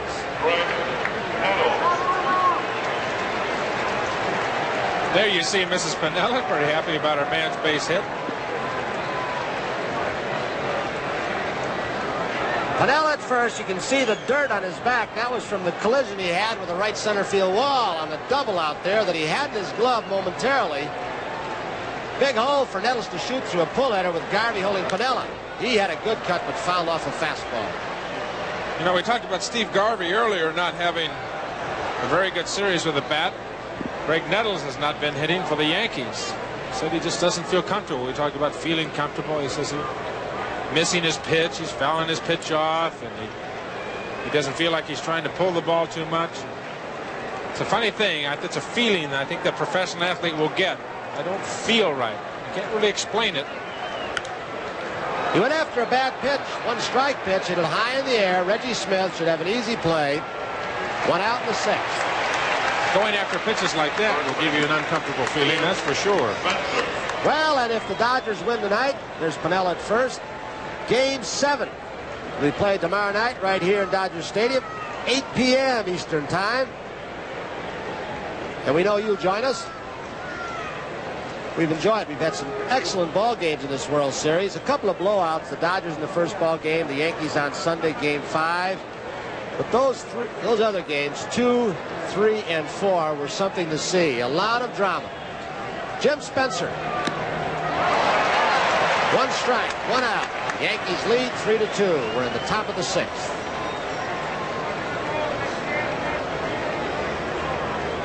Spencer's walked, scored a run. He was called out on strikes in the 4th. Very valuable man of the Yankees this season. Fouled off out of play. 2 strikes. Spencer, DH'd. He filled up defensively at first base at times. Didn't get a lot of chance to play first base because Chris Chambliss didn't miss too many ball games. Missed 1 during the entire regular season. Piniella at first, held by Garvey. Gene Michaels, who's going to be a manager next year at Columbus in the Yankee chain, the first base coach. 2 strikes.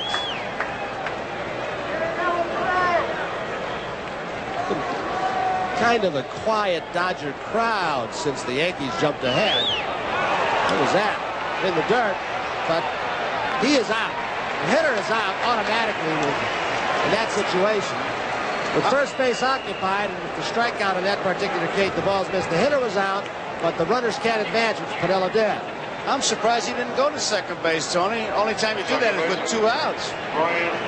I mean, Ferguson go to second base. I know Piniella did, but Ferguson had no intention of trying to get him. He just went to first base and didn't have to do it. He didn't have to do that. And that's the kind of play that you kind of get a little rattled. because the hitter, Nettles, was out. I mean, Spencer was out. But they did advance. Got to be charged as what? A wild pitcher pass ball? Got to be a stolen base, because the only time that you throw to first base with 2 outs.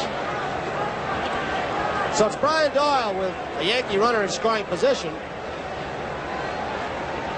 But he wasn't stealing on the play. He went after the ball, went into the dirt. So I don't know how you can give him a stolen base, but we'll check the official score. Foul back. 1 ball, 1 strike, 2 outs. It boils down simply that Piniella didn't know the rule, neither did Ferguson. And so Piniella, when he saw the ball swung and missed, he figured he'd have to throw him out of first base. So he didn't really run like he was stealing. He kind of took off. So I don't know. It's got to be, I believe, a wild pitch or a stolen base. Or not a stolen base, a wild pitch or a pass ball. But we'll get the official ruling. There's Piniella at second with 2 outs. You question me, don't you? We'll let the official score decide, and we'll Why would I pass it question on to the you? fan. I never question you, Tony. Doyle, who's doubled, scored a run, a big double in the second inning to keep that Yankee rally going. He's singled in the 4th. He's 2 for 2. And there Tigger once again. Now he gets the old Bronx cheer. 2 balls, 1 strike, 2 outs. Piniella at second. Charge a wild pitch on the strikeout to Don Sutton. I don't agree with that ruling. Breaking ball too high, 3-1 to Doyle. The reason I don't agree, I think that Ferguson had a lapse. He didn't know the rule. Yeah, but he wasn't trying to steal until the ball hit the dirt and the strikeout was made. He didn't go until the ball got away from Ferguson. Why punish the pitcher if you catcher don't know what's going on? I want to punish you catchers. 3 balls, 1 base hit by Doyle. Pinella's going to have to come hard. Here comes Monday's throw. He is safe, but the ball is fouled by Ferguson. He might have been out. Not an accurate throw from Monday, but now the Yankees take the lead 4-2. A 3-for-3 night by young Brian Doyle to drive in another key run in this 6th World Series ball game. Watch this throw. Now, Monday, I think, from here, looked like he gave Ferguson a good ball to handle. It hit the mound, bounced in there. Ferguson is set. Just didn't catch the ball. He should have made the play. And Lasorda's coming out now. There's Piniella going home, and it looked like Ferguson might have taken his eye off the ball and looked at the runner right at the last moment. You see another angle of Piniella scoring, and the ball by Doyle up the middle. You can't really get a good look at Ferguson's eyes, but it was a good throw. He should have been able to handle it. Monday made a fine throw from center field. This is what the Dodgers were supposed to be to do to the Yankee outfield, and Dick Hauser, with 2 outs, just kept Piniella coming. He wanted to force a mistake, and the idea being, if you make a good throw, you got us. We've still got a 1-run lead. If you don't make a good throw, or there's a botch up, we're going to have the 4th run on the board, a 2-run lead, and that's what happened. Brian Doyle, his first time up, got his first extra base hit in the American League. He had 10 singles during the regular season. Right now, he is 3 for 3 with 2 runs scored and a couple of RBIs. Tommy Lasorda has gone to the bullpen, as Bucky Dent with 2 base hits and 2 attempts will come up to the plate. And there is young Bob Welch, the dramatic confrontation that Joe Garagiola called for you earlier in this World Series against Reggie Jackson, who won that time. So, as Bob Welch comes in to get loose, I'll tell you the score is the Yankees 4 and the Dodgers 2 in game number 6 of the 1978 World Series. We're at game number 6 in Dodger Stadium. Recap very quickly what's happened so far in this ball game. The Dodgers jumped off to a 1-run lead. Lopes with a home run. Here's that play thrown from Monday, Joe. Well, Lasorda said he would give up some defense by putting in Ferguson to get some offense, and it cost him right here because it looked like it was a ball Joe could handle. Piniella was not yet at the plate, didn't handle the ball, and Piniella was safe, so it's a 4-2 Yankee lead now. Bob Welch has come on. He's the hard thrower we told you about, who had the confrontation with Jackson and won it earlier. And then he suffered a loss in one of the other World Series games. 2 outs, 1 ball, no strikes on Dent. 4-2, the Yankees lead over the Dodgers with Doyle at second. 3rd World Series appearance by Welch. 1 save, 1 loss. There's Doyle at second. He's been a hero in this ball game with 3 base hits and a couple of RBIs for the Yankees. 3 innings pitched. Welch has struck out 4, giving up 1 base on ball, 1 run. Fouled off out of play. 2 balls, 1 strike. Lopes with a home run gave the Dodgers an early lead. That was leading off the ball game for the Dodgers. Then the Yankees came back with 3 runs in the second inning on 3 hits, 1 error, a key blow, the Doyle double. In the third, the Dodgers came up with another run, a double by Ferguson. He was driven home by Lopes, his second RBI, and you saw what just happened. Before Wells came in, the Yankees came up with another. 3 balls, 1 strike, 2 outs. Yankees lead 4-2 over the Dodgers. We're in the top of the 6th. Doyle's at second. There's your line score.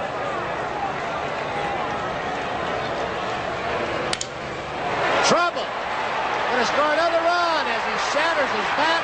Doyle will score run number 5. So on a broken bat over Russell's head. Bucky Dent is also 3 for 3, and it is amazing. The 8 and 9 hitters are 6 for 6 in this ball game. 1 double by Doyle, and they have done some kind of job, Joe. He gets jammed with this fastball, but he still has enough force behind his swing to just loop one of those polite singles. It really stings a pitcher. Ball is not hit good. And Bucky Dent now has 10 base hits, 23 times at bat. He has driven in 7 runs. And Doyle is 7 for 15. Mickey Rivers goes after a fastball, 1 strike.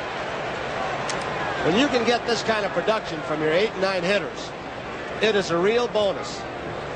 6 for 6 between Doyle and Dent. 2 strikes on Rivers. Watch Doyle round third. If he gets it, he just barely gets it. Whoops, just came close. He might have got the corner. They want you to step right in the middle, so there's no doubt, but he gave you a little excitement coming around there. 1 ball, 2 strikes. Is that the way you were taught to step in the middle? The way I ran, yes, if I ever got there. And one thing, Stengel always told us to do it just the way Doyle did. The inside corner with the left foot. Cut it more sharply. Foul up. Any fast runner, I mean, I was station to station. I wasn't like you guys, express. If I got to first, I had to stop at second for gas. I went to third, I had to stop for repairs. I know how that ball club got lost 114 ball games one year. We did it on merit. Absolutely did it on merit. 1-2, he throws it all right by Mickey Rivers, but not without some trouble. The Yankees, with a good inning again, come up with 2 runs. Will go to the last of the 6th. The Yankees lead 5-2 over the Dodgers. The Dodgers will send up Davey Lopes, Bill Russell, Reggie Smith to try for this comeback. Down on the field right now, a man who is someday going to move into baseball special section of the Hall of Fame, as Red Barber and Mel Allen did, is our partner, Kurt Gowdy. Thank you, Tony. Right place at the right time. It's happened to a lot of people in life. If somebody would have told Bob Lemon in spring training, you may manage the World Championship team this year, Lemon would have had him locked up. Fired by the White Sox, coming to the Yankees on the rise. He stayed in the background. We watch him over there very quietly in that Yankee dugout. His club in the lead now. But what a human interest story. Fired hard as a pitching coach, and now the manager, if his club holds this lead, the manager of a World Championship team, Bob Lemon. Now back to Tony. All right, Curtis, thank you. Davey Lopes, 1 strike. Lopes 2 for 2. Both RBIs in this ball game for the Dodgers, a home run and a single. He also has a stolen base. Greg Dennis playing even with the bag, retires Lopes. That's a fine exhibition of pitching right there, Tony. First pitch, good hard slider, and a good changeup here. You'll see Lopes get out in front of that ball, bounce it easily down to Greg Nettles. Another fine play by him. But on top of that, a fine exhibition of pitching and changing speeds by Catfish Hunter. Here's another look at Nettles, who seems to catch everything he gets to down there. A big asset to that Yankee infield. You've heard the expression, soft hands. You just had a chance to see him on an in-between hop. He just caressed the ball to his body, got a tough hop. And Greg Nettles and the Yankee infield has had some kind of Super World Series defensively. Russell hits it deep to left field on a 1-ball pitch, but not deep enough. Now White will come in. He's got it for the 2nd out. Reggie Smith. Greg Nettles, who might have been the man, as you said, Tom, that turned this World Series around for the Yankees in game number 3. Or did you say that, Joe? I guess you both did a little bit. You've all said it a couple of times. I said that in the Jackson play, the interference play, or alleged interference, I should say. 2 outs, Reggie Smith. 1 ball.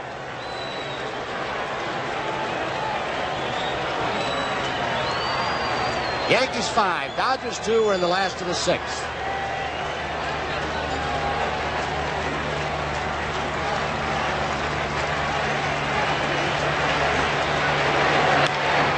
Grounded foul.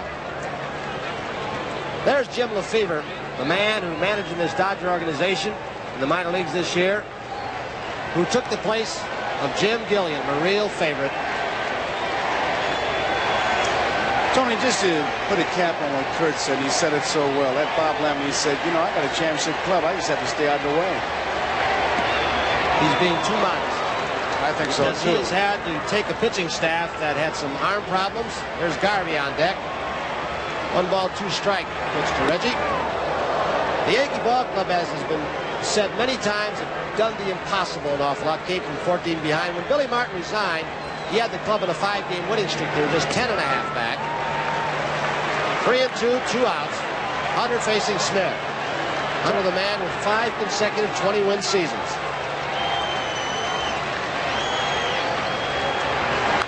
He pulled the string on a 3-2 pitch. It might stay in play. Munson's over. Now he's got a beat. Flips the mask. Look out, Thurman. Out of play.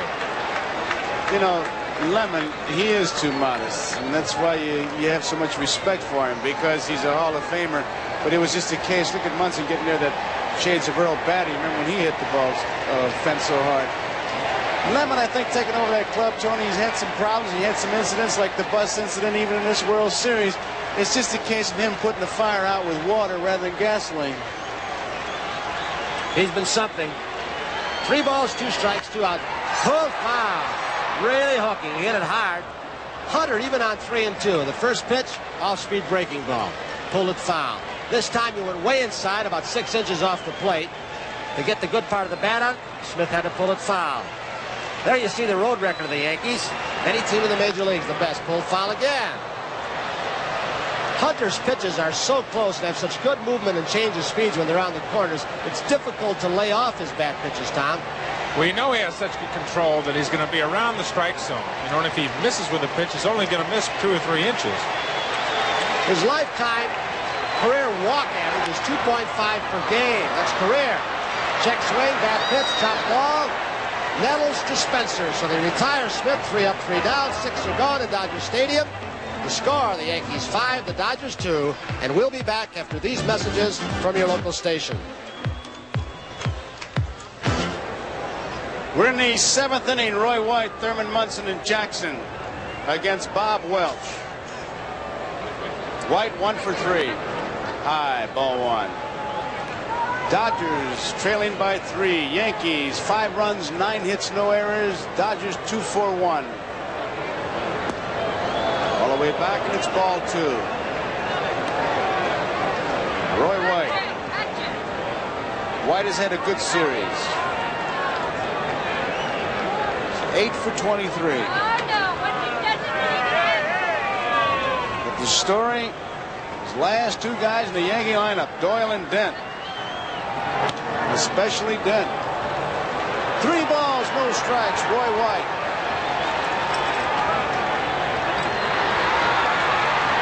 You know, Tony, this is the 3rd time we've seen Welsh in this World Series, and we still haven't had a look at Doug Rau and Rick Rhoden, have we? Nope.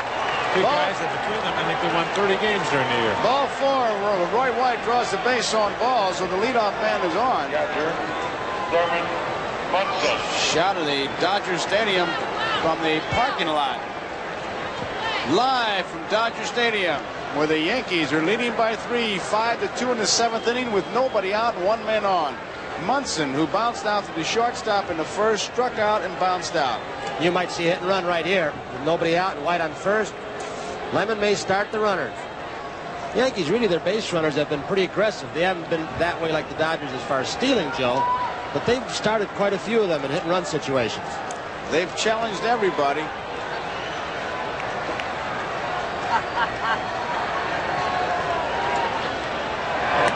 It's a strike, a fastball.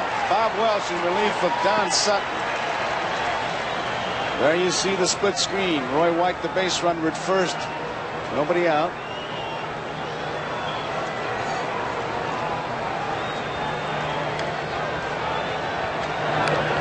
Munson surprised everybody trying to bunt for the base hit.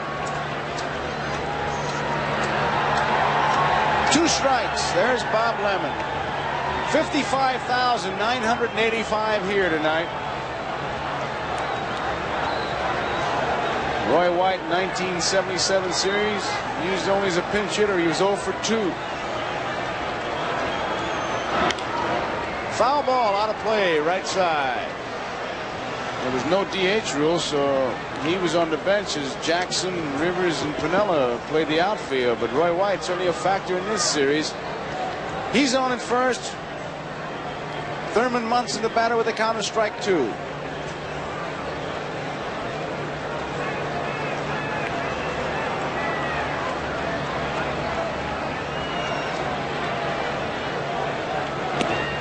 Just missed outside. 1 ball and 2 strikes to count.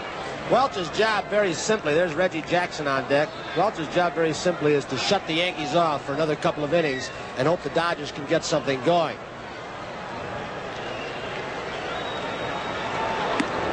Munson is out on strikes. Welch gets his first strikeout.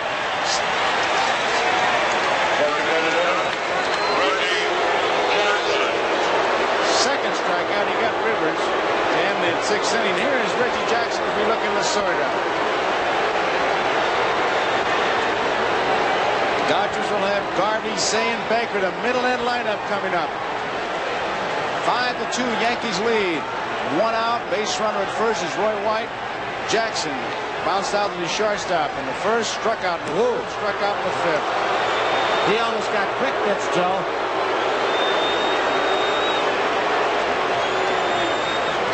Plate umpire Joe Brinkman called time.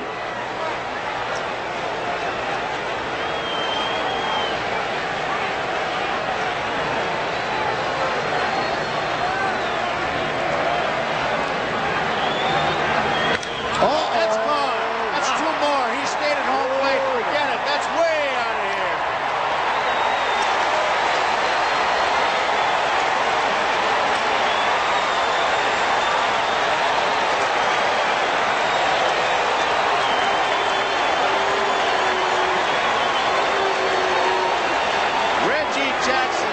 Touched one off. He's battled Welch, and he just showed, I am the boss, youngsters. He really drilled one.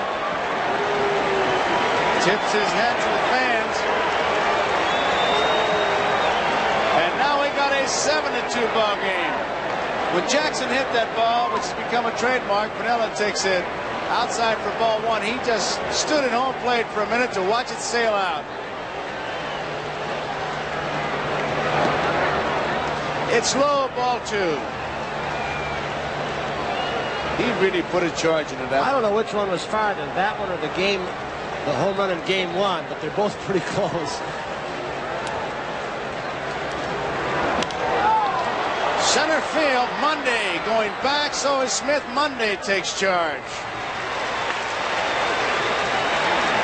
Reggie takes as big a swing as anybody that I've seen in the big leagues, including the big guy Scargill and McCovey in the National League, and when he hits them, he knows that they're gone. He hits those shots that, I mean, they're just out of everything, and that's gone. And he likes to enjoy them too.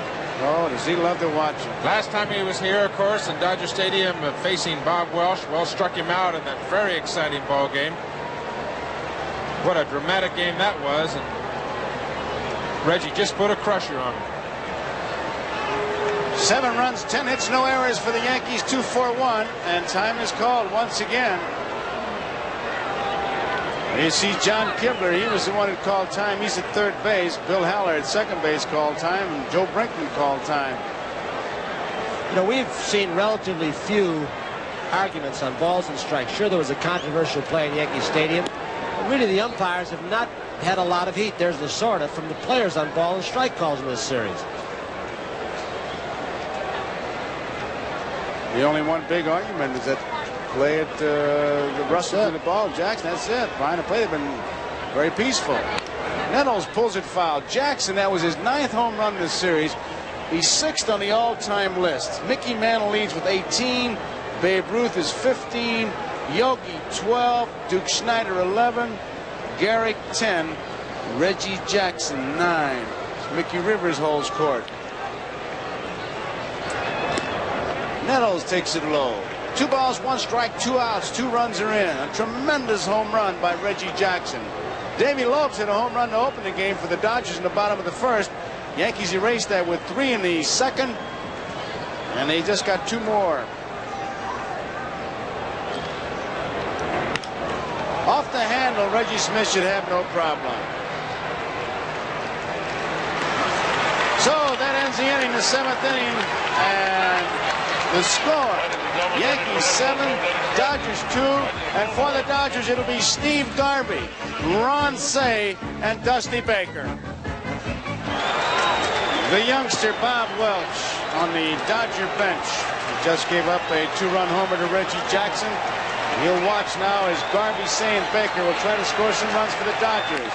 Line drive, left field. Roy White comes in, makes the play, and there's 1 out. We're in the 7th.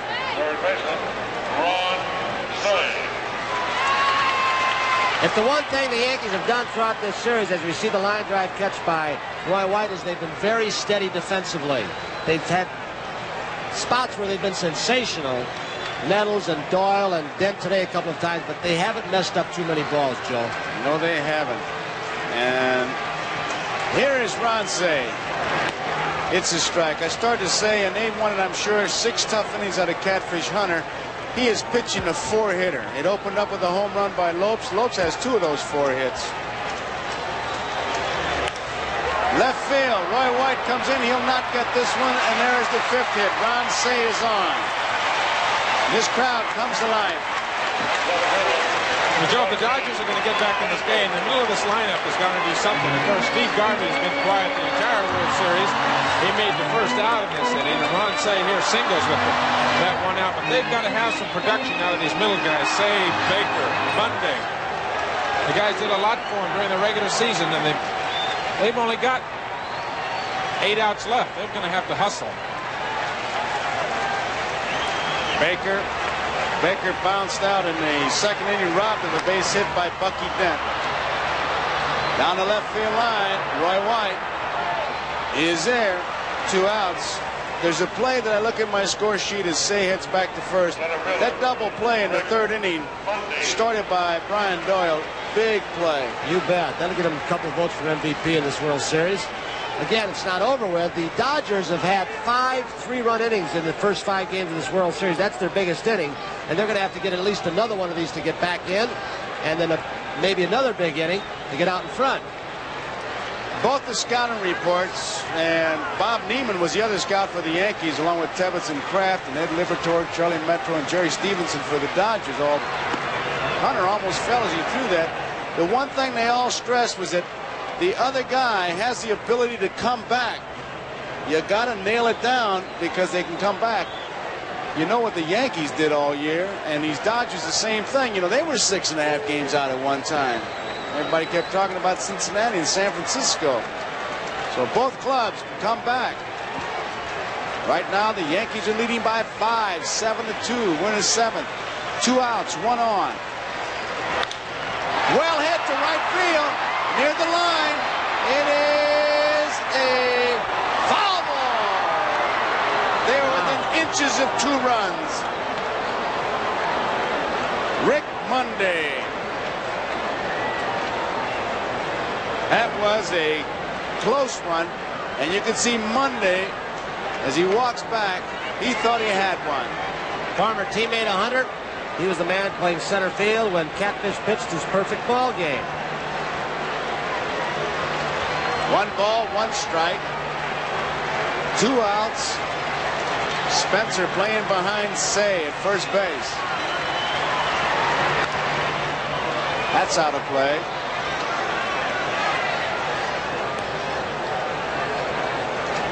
You know, as we get closer here, too, Joe, we got 2 outs in the 7th inning. The guy in the Yankee bullpen, Big Goose Gossage, could certainly come to play. Here's the 1-2 pitch. 2 balls, 2 strikes. If Catfish does get in trouble, does give up a long home run, they still have the big guy coming out of the bullpen. That's certainly a plus in their corner.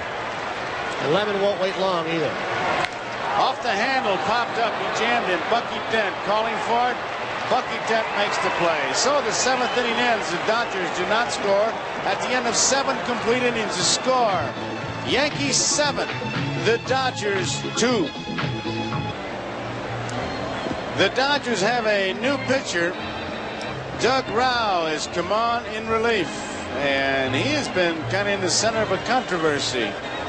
Why he wasn't used. Well, one of the Dodgers scouts recommended in his scouting report that Rau should be one of the pitchers in Yankee Stadium against the Yankees because of that ballpark and their left-handed power. And of course, Mickey Rivers, too. So Rau comes in now, 5 runs down. And let's hear what Lasorda had to say about why he hasn't pitched him earlier.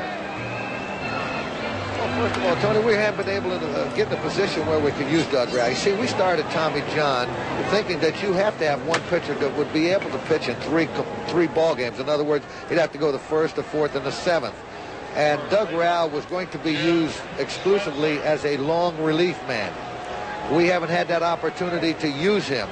And in the event that Don Sutton doesn't do well tonight, we've got Doug Rau ready, and we had him ready in case Sutton wasn't able to pitch. So this is the thing that we've run with Doug Rau. He's done a tremendous job for us this year. He won 16 ball games, but he and Roden had to be used in a certain situation. Tommy Lasorda explaining the Rau situation, how he figured in the Dodger plans. He's out there now against Jim Spencer. Fastball misses, ball 1. Joe Garagiola with Tony Kubek, Kurt Gowdy, and Tom Seaver, Dodgers Stadium. We're in the 8th inning. 7-2, Yankees leading. Foul ball. 1 ball, 1 strike. Spencer walked and scored. Yankees able to capitalize. A base on balls to Spencer, they scored. A base on balls to White in the 7th, he scored on Jackson's home run. You put them on, set the table, and somebody will come along to clean it off.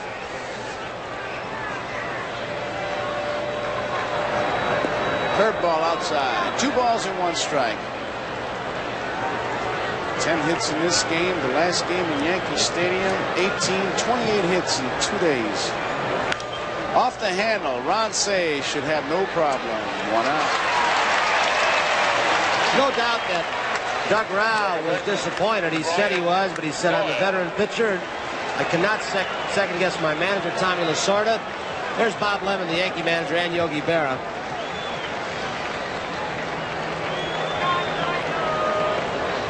This is Brian Doyle. He doubled and scored. Drove in 1 run. That was in the 2nd, and he singled in the 4th. He singled and scored in the 6th. 7 for 15. This is for a ball player who was supposed to be a blowout pass. Just help out a little bit. Give us a little defense. When Willie Randolph got hurt, he and Stanley have done some job. This one's pulled into the stands. And the pressure, I think it's an overlooked thing with this youngster. He didn't play that much this year. In fact, the double he hit to left field was his first extra base hit as a Yankee. Joe, I think what you're saying is so true. And there you see 5 hits in a row. The record is 6 by Thurman Munson of the Yankees in 1976. And Leon, was that Goose Goslin of Washington in the 24 World Series?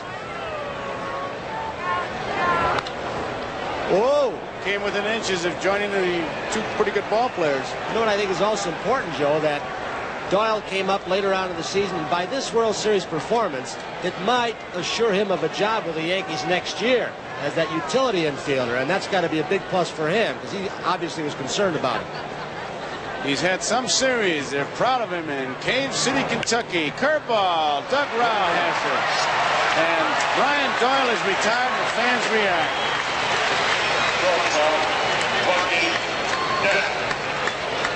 Well, he was going for hit number 6 to tie Munson and Goslin's record, but Rau makes an easy play. Little chopper, had plenty of time to make that jump and tie it. Brian Doyle came very close. His first World Series. Here is Bucky Dent. Bucky drove in 2 runs with a single in the 2nd. He singled the center. And he drove in a run with a single in the 6th. Ball 1. 10 for 23. What a finish this guy's had. Out of play. Go back to that Red Sox game when he just looped one into the screen for that big home run. You know, Joe, you talk about taking advantage. That's an obvious fact for these Yankees. They are really something. They're the most opportunistic team that I have ever seen. And I think one reason because of that is they have so much experience in the lineup. White, Munson, Jackson, Piniella, Nettles, they have a lot of years out there. And I think that rubs off on the young guys, the kids that haven't played that much, the Doyles and the Dent. I think that's a big plus for the entire team, having all that experience in the middle of your lineup. Here's the 1-2 pitch. Inside 2-2. My first World Series was 1946, and I remember how much help guys like Howard Paulette, Terry Moore, with Whitey Kurowski, you felt like, well, if I just showed up, I'm going to be all right. You need that experience. Dent up the middle. Russell. Quick throw. In time. So it's 1-2-3. Doug Rouse sets the Yankees down. We're going to the bottom of the 8th inning. It's Yankees 7, Dodgers 2. And 2 up for the Dodgers in the 8th inning. It'll be Joe Ferguson, Vic Davalillo, the DH, and Davey Lopes, a hot hitter. Joe Ferguson leads it off. Bob Lemon adds Paul Blair to the outfield, replacing Mickey Rivers for defense. So Blair is in center field, and Ferguson, who is 1 for 2, leads it off. Down the left field line, it is curving foul. Dodger fans trying to get something going here. Dodgers down to 6 outs. 55,985 here tonight. Inside, ball 1. Catfish has pitched a super game here tonight. Only 5 hits and 2 runs. The Yankees, though, got their big guy going in the bullpen just in case. Goose Gossett has gone down to warm up. 2 balls, 1 strike. Catfish has struck out 3, walked 1. Allowed 5 hits. Center field, Paul Blair, way back, way back. He cannot get it. It bounces into the stands. It's another double for Ferguson.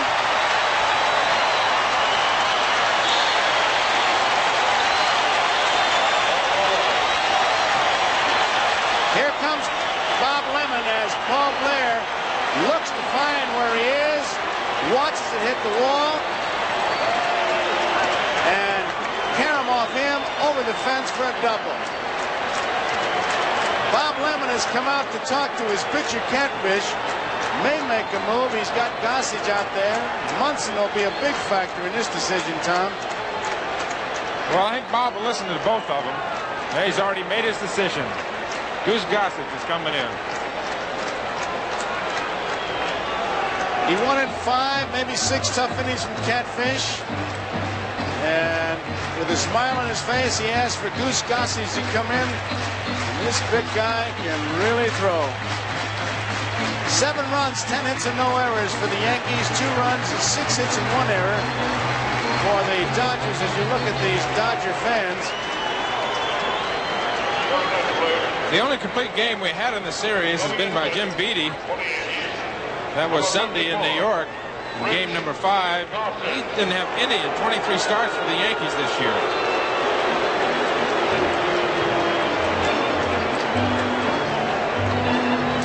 Gossage making his way in. One of the tough things for a catcher is when a manager comes out and in front of the pitcher asks you, well, what do you think? What kind of stuff has he got? And with that pitcher staring you down, you got to give him a truthful answer. As we look at the Dodger bench, Basgall, Lasorda, and Garvey. Hunter will get a nice hand from this crowd. Their respectability. Well, I think, too, in a Lemon in that situation, Joe, when he comes to the mound, he's going to get an honest answer from Catfish and Thurman both. I mean, there's a lot of mutual respect between Jim, Catfish Hunter, and Thurman Munson both. Well, the mound is really no place for heroes. I mean, I've heard pitchers say, oh, I got my good stuff, and you know that they relay it on, and they think that it's really a mark of weakness. But the good pitcher, I know Sparky talks about you, Tom. Whitey Ford, I mentioned Howard Paulette a moment ago, Harry Puckeen, guys like that who, there's the Catfish, that's quite a picture right there. The mound is no place for heroes. If you don't have it, get some help, especially when you got a guy like Gossage out there. 7 innings pitched, 2 runs, 6 hits, 3 strikeouts, 1 walk. I think the one thing that a pitcher should do when his manager does come to the mound, it's something that I've always tried to do in the games that I've pitched, is know who makes the decision out there. The manager comes to the mound, how do you feel? He asks the catcher, what's he got? You give the manager an honest decision and then let your manager make the decision. You're in or you're out. You tell him, you got to give him an honest answer how you feel, and then let your manager make the decision. Tom, in the All-Star game, Gossage had his problems. He seemed to be overthrowing that ball, really wanting to put extra on it. So we'll wait and see here as Vic Davalillo comes up. You saw him throwing the All-Star game. I was there, and that's one of his problems. He can try and throw the ball too hard. And he's got such a good fastball, but there are times in a game when, let's say he's throwing 95 miles an hour, he'll try and throw it 98 miles an hour, and then his control will go out the window. Davalillo, strike one. Nobody out. On at second base is Ferguson. Gossage, this is his third game. He's pitched 4 innings. He hasn't allowed a run, hasn't allowed a hit, walked 1, and he has struck out 2. Ferguson, 7-2, bottom of the 8th. Yankees lead. Ball 1. One thing about this situation, the Dodger hitters certainly are not going to have to guess what pitch is coming. I mean, they're going to get dead red heat. Gossage throw the ball hard, harder, and hardest. And he'll go just as hard as he can for a couple innings. Bouncing ball up the middle. Going to be a tough play. Doyle tries to make it. Can't get it.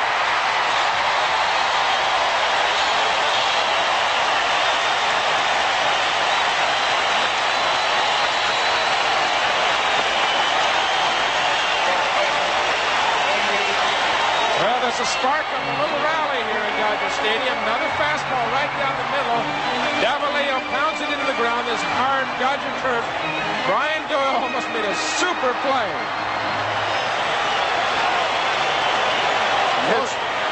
Most difficult to try to throw to a base you're running away from. You can't get too much on it, but he was very accurate.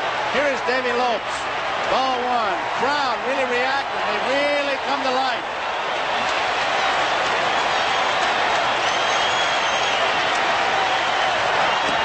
Strike. 1 ball, 1 strike, nobody out. Ferguson at third. Davalillo is at first. Yankees lead 7-2, bottom of the 8th. Gossage in relief.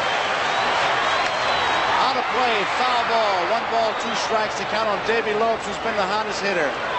Home run in the first inning, a single to drive in a run in the third. Both runs driven in by Davy Lopes. He has scored 1.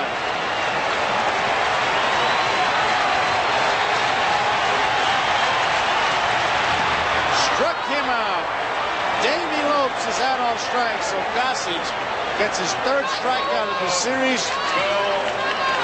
His first out here in the 8th. A big out for the Yankees, that's for sure. Looked like a fastball that might have sunk, or maybe even a slider. Lopes a very good fastball hitter. Ball looked like it was in the strike zone. That's a big out for the Yankees. Russell takes it low for ball 1. Bill Russell singled in the first inning as Lasorda looks on. Russell walked in the 3rd. He flied to left.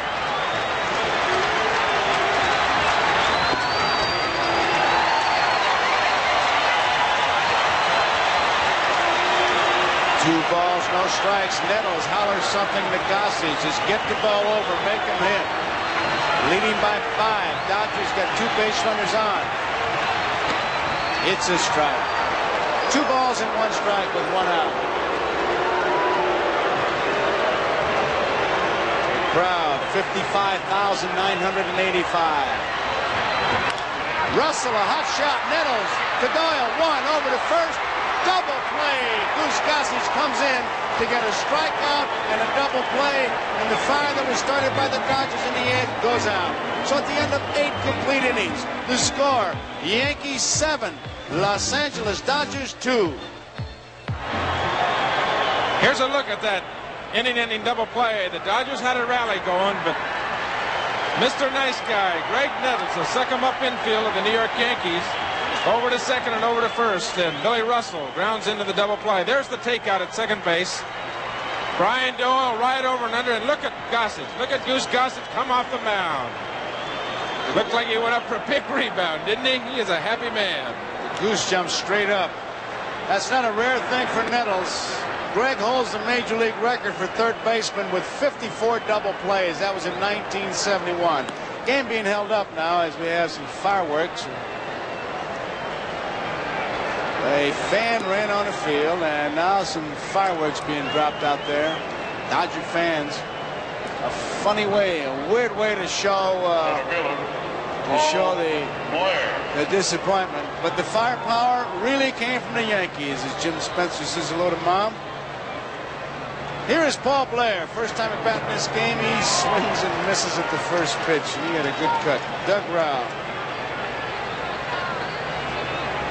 I can't believe this. They're playing this game and there's a smoke bomb in left field. And they're not doing anything about it. That has really thrown out some smoke. 2 strikes.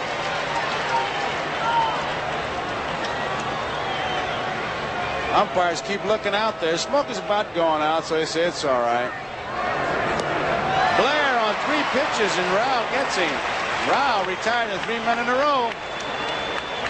So there's 1 out, brings up Roy White. Now, due to the length of tonight's game, we would like to remind you that immediately following its conclusion, except on the West Coast and most mountain zone stations, you'll be able to enjoy your local news coverage.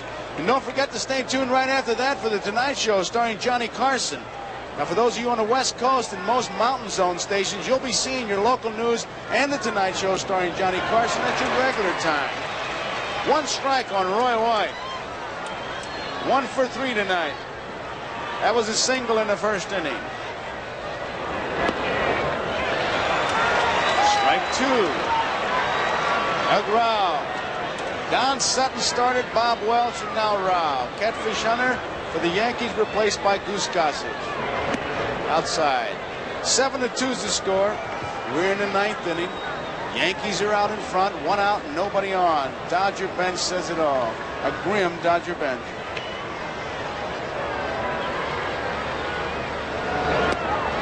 Roy White can't grab it. So there are 2 outs. Strikeout number 2. Let's pause briefly for station identification. This is the NBC television network.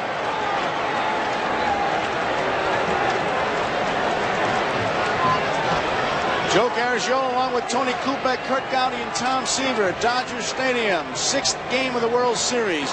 2 outs, nobody on. Thurman Munson the batter. The score, Yankees 7, Dodgers 2. Munson dribbles one down the third base line. Going to be a tough play. He'll not get him. Munson has an infield hit. Munson is on with a base hit, an infield hit. And that brings up Reggie Jackson.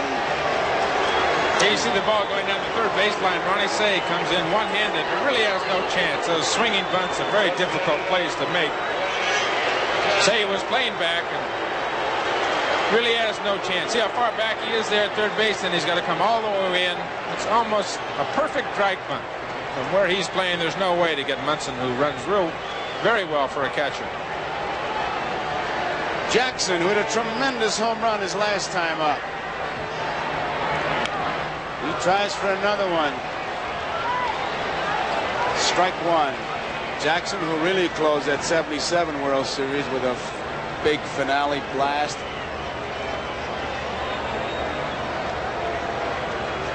Seven to 2, 9th inning.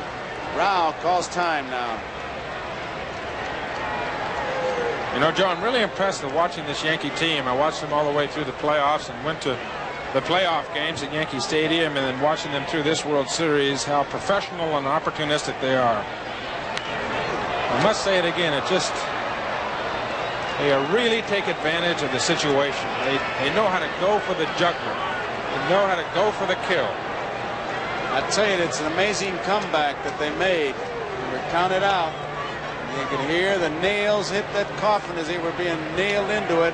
Refused to give up, came back, and here they are, just 3 outs away from defending the World Championship. And it'll be interesting what happens in that Yankee clubhouse if they do hold on and win, and we'll be there with our cameras. Down goes Jackson, 1 ball, 2 strikes. Did it hit him? Late umpire Joe Brinkman says, wait a minute, we got a discussion now. Reggie saying the ball hit him. Joe Brinkman saying no, the ball hit the bat. We'll see. We don't know here. I think he may have called it a strike. Jackson is stunned. It was called a strike. It is bat, foul tip.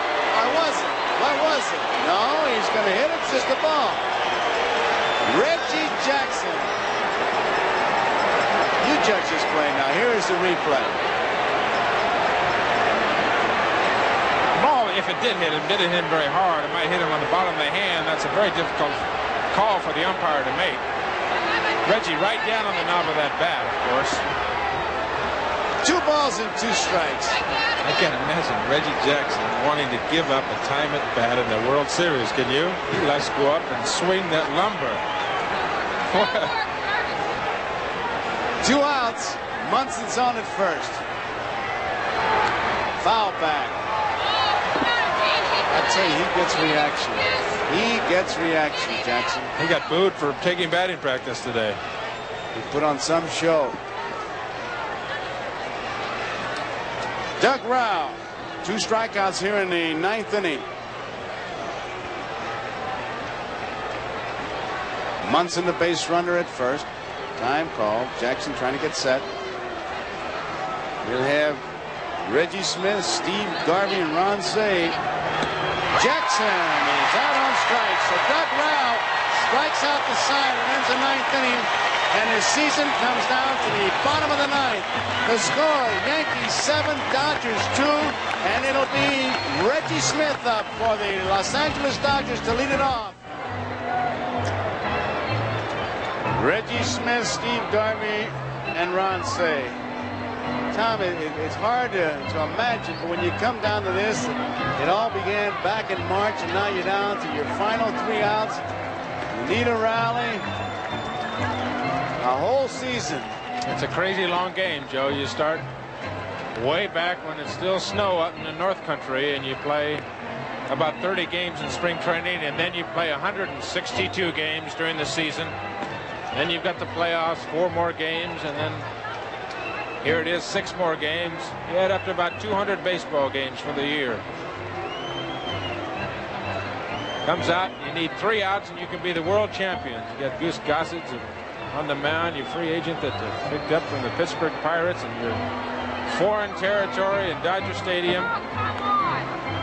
It makes all the work and all the travel and all the hotels and all the airplanes and all the getting into towns at 2 and 3 in the morning and working 7 days a week. It makes it much more than worthwhile, that's for sure. Players out there obviously are not playing for money, they're playing for pride. Professional pride is one of the beautiful things in this country. Number 27. So it's Reggie Smith.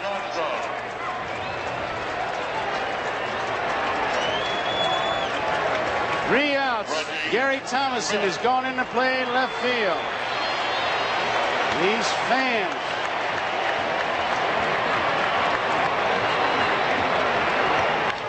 First pitch, left field. Thomason going back. He has room. There is 1 out.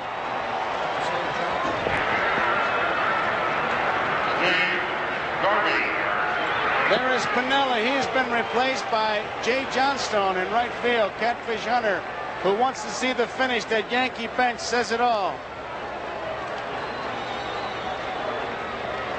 There is Reggie Jackson. Steve Garvey, who's had a tough series. Yankees standing 2 outs away from defending their championship. Goose Gossage, who came on to get a strikeout and a double play. Right field, down the line, it is curving foul. Now you see Jay Johnstone, not that guy in the yellow pants. That guy, you probably could go visit him Sunday, 2-4.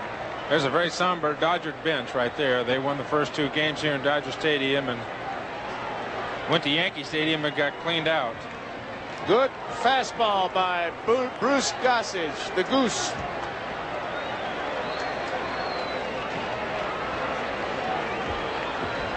The Yankees leading by 5. Garvey fouls one back. These Yankees with this amazing comeback. If they hold on, will climax by defending their championship. They came into World Series, lost the first 2, and no team has ever lost the first 2 and won the next 4. Teams have lost 2 and won in the 7-game series, but never in a 6-game series. It's the Dodger bench with Lasorda. It really says it all. 2 strikes, 1 out, high and tight.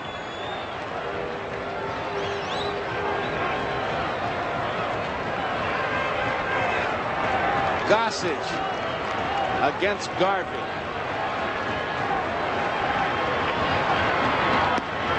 Strike 3. Garvey is out on strike, so there are 2 outs. And now it's down to the final out.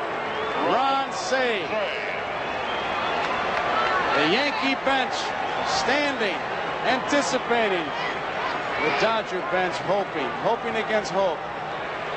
Yankees, it'll be their 22nd World Championship and 2nd in a row if they can hold on.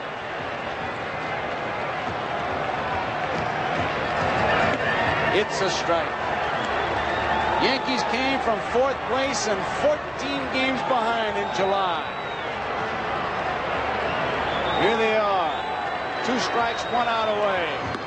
Ball 1.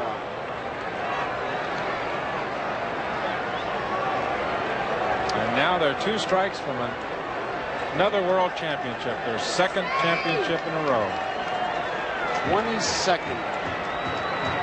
The Yankees. 1-1 pitch. Outside.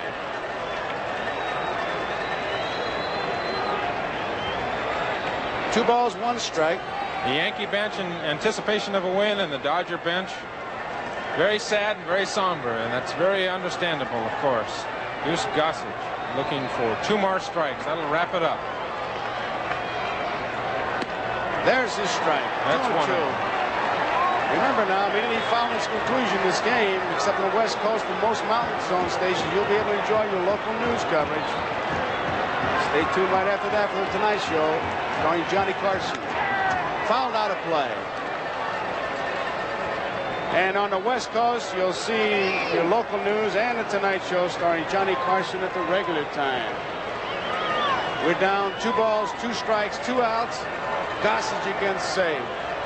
The whole season may be wrapped up in this pitch.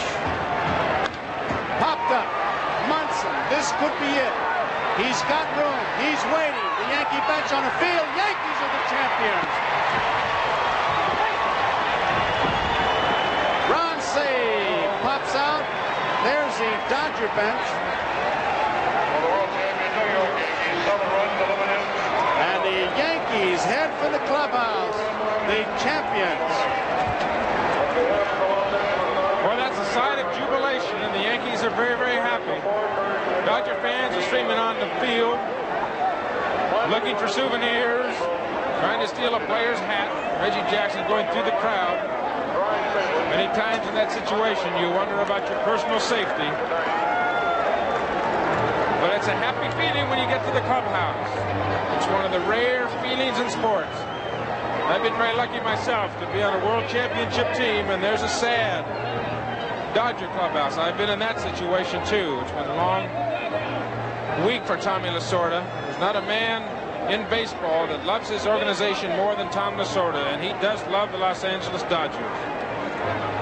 And the world champions for the 2nd year in a row, the New York Yankees. So our cameras are there, and the Yankees. There you see Jim Beattie. And here goes the pouring of the champagne, which of course has become traditional. 7 runs, 11 hits, and no errors for the Yankees. And it's 2 runs, 7 hits, and 1 error for the Los Angeles Dodgers. The Yankees are the 1978 World Champions. Don Sutton, the losing pitcher, catfish hunter, is the winner.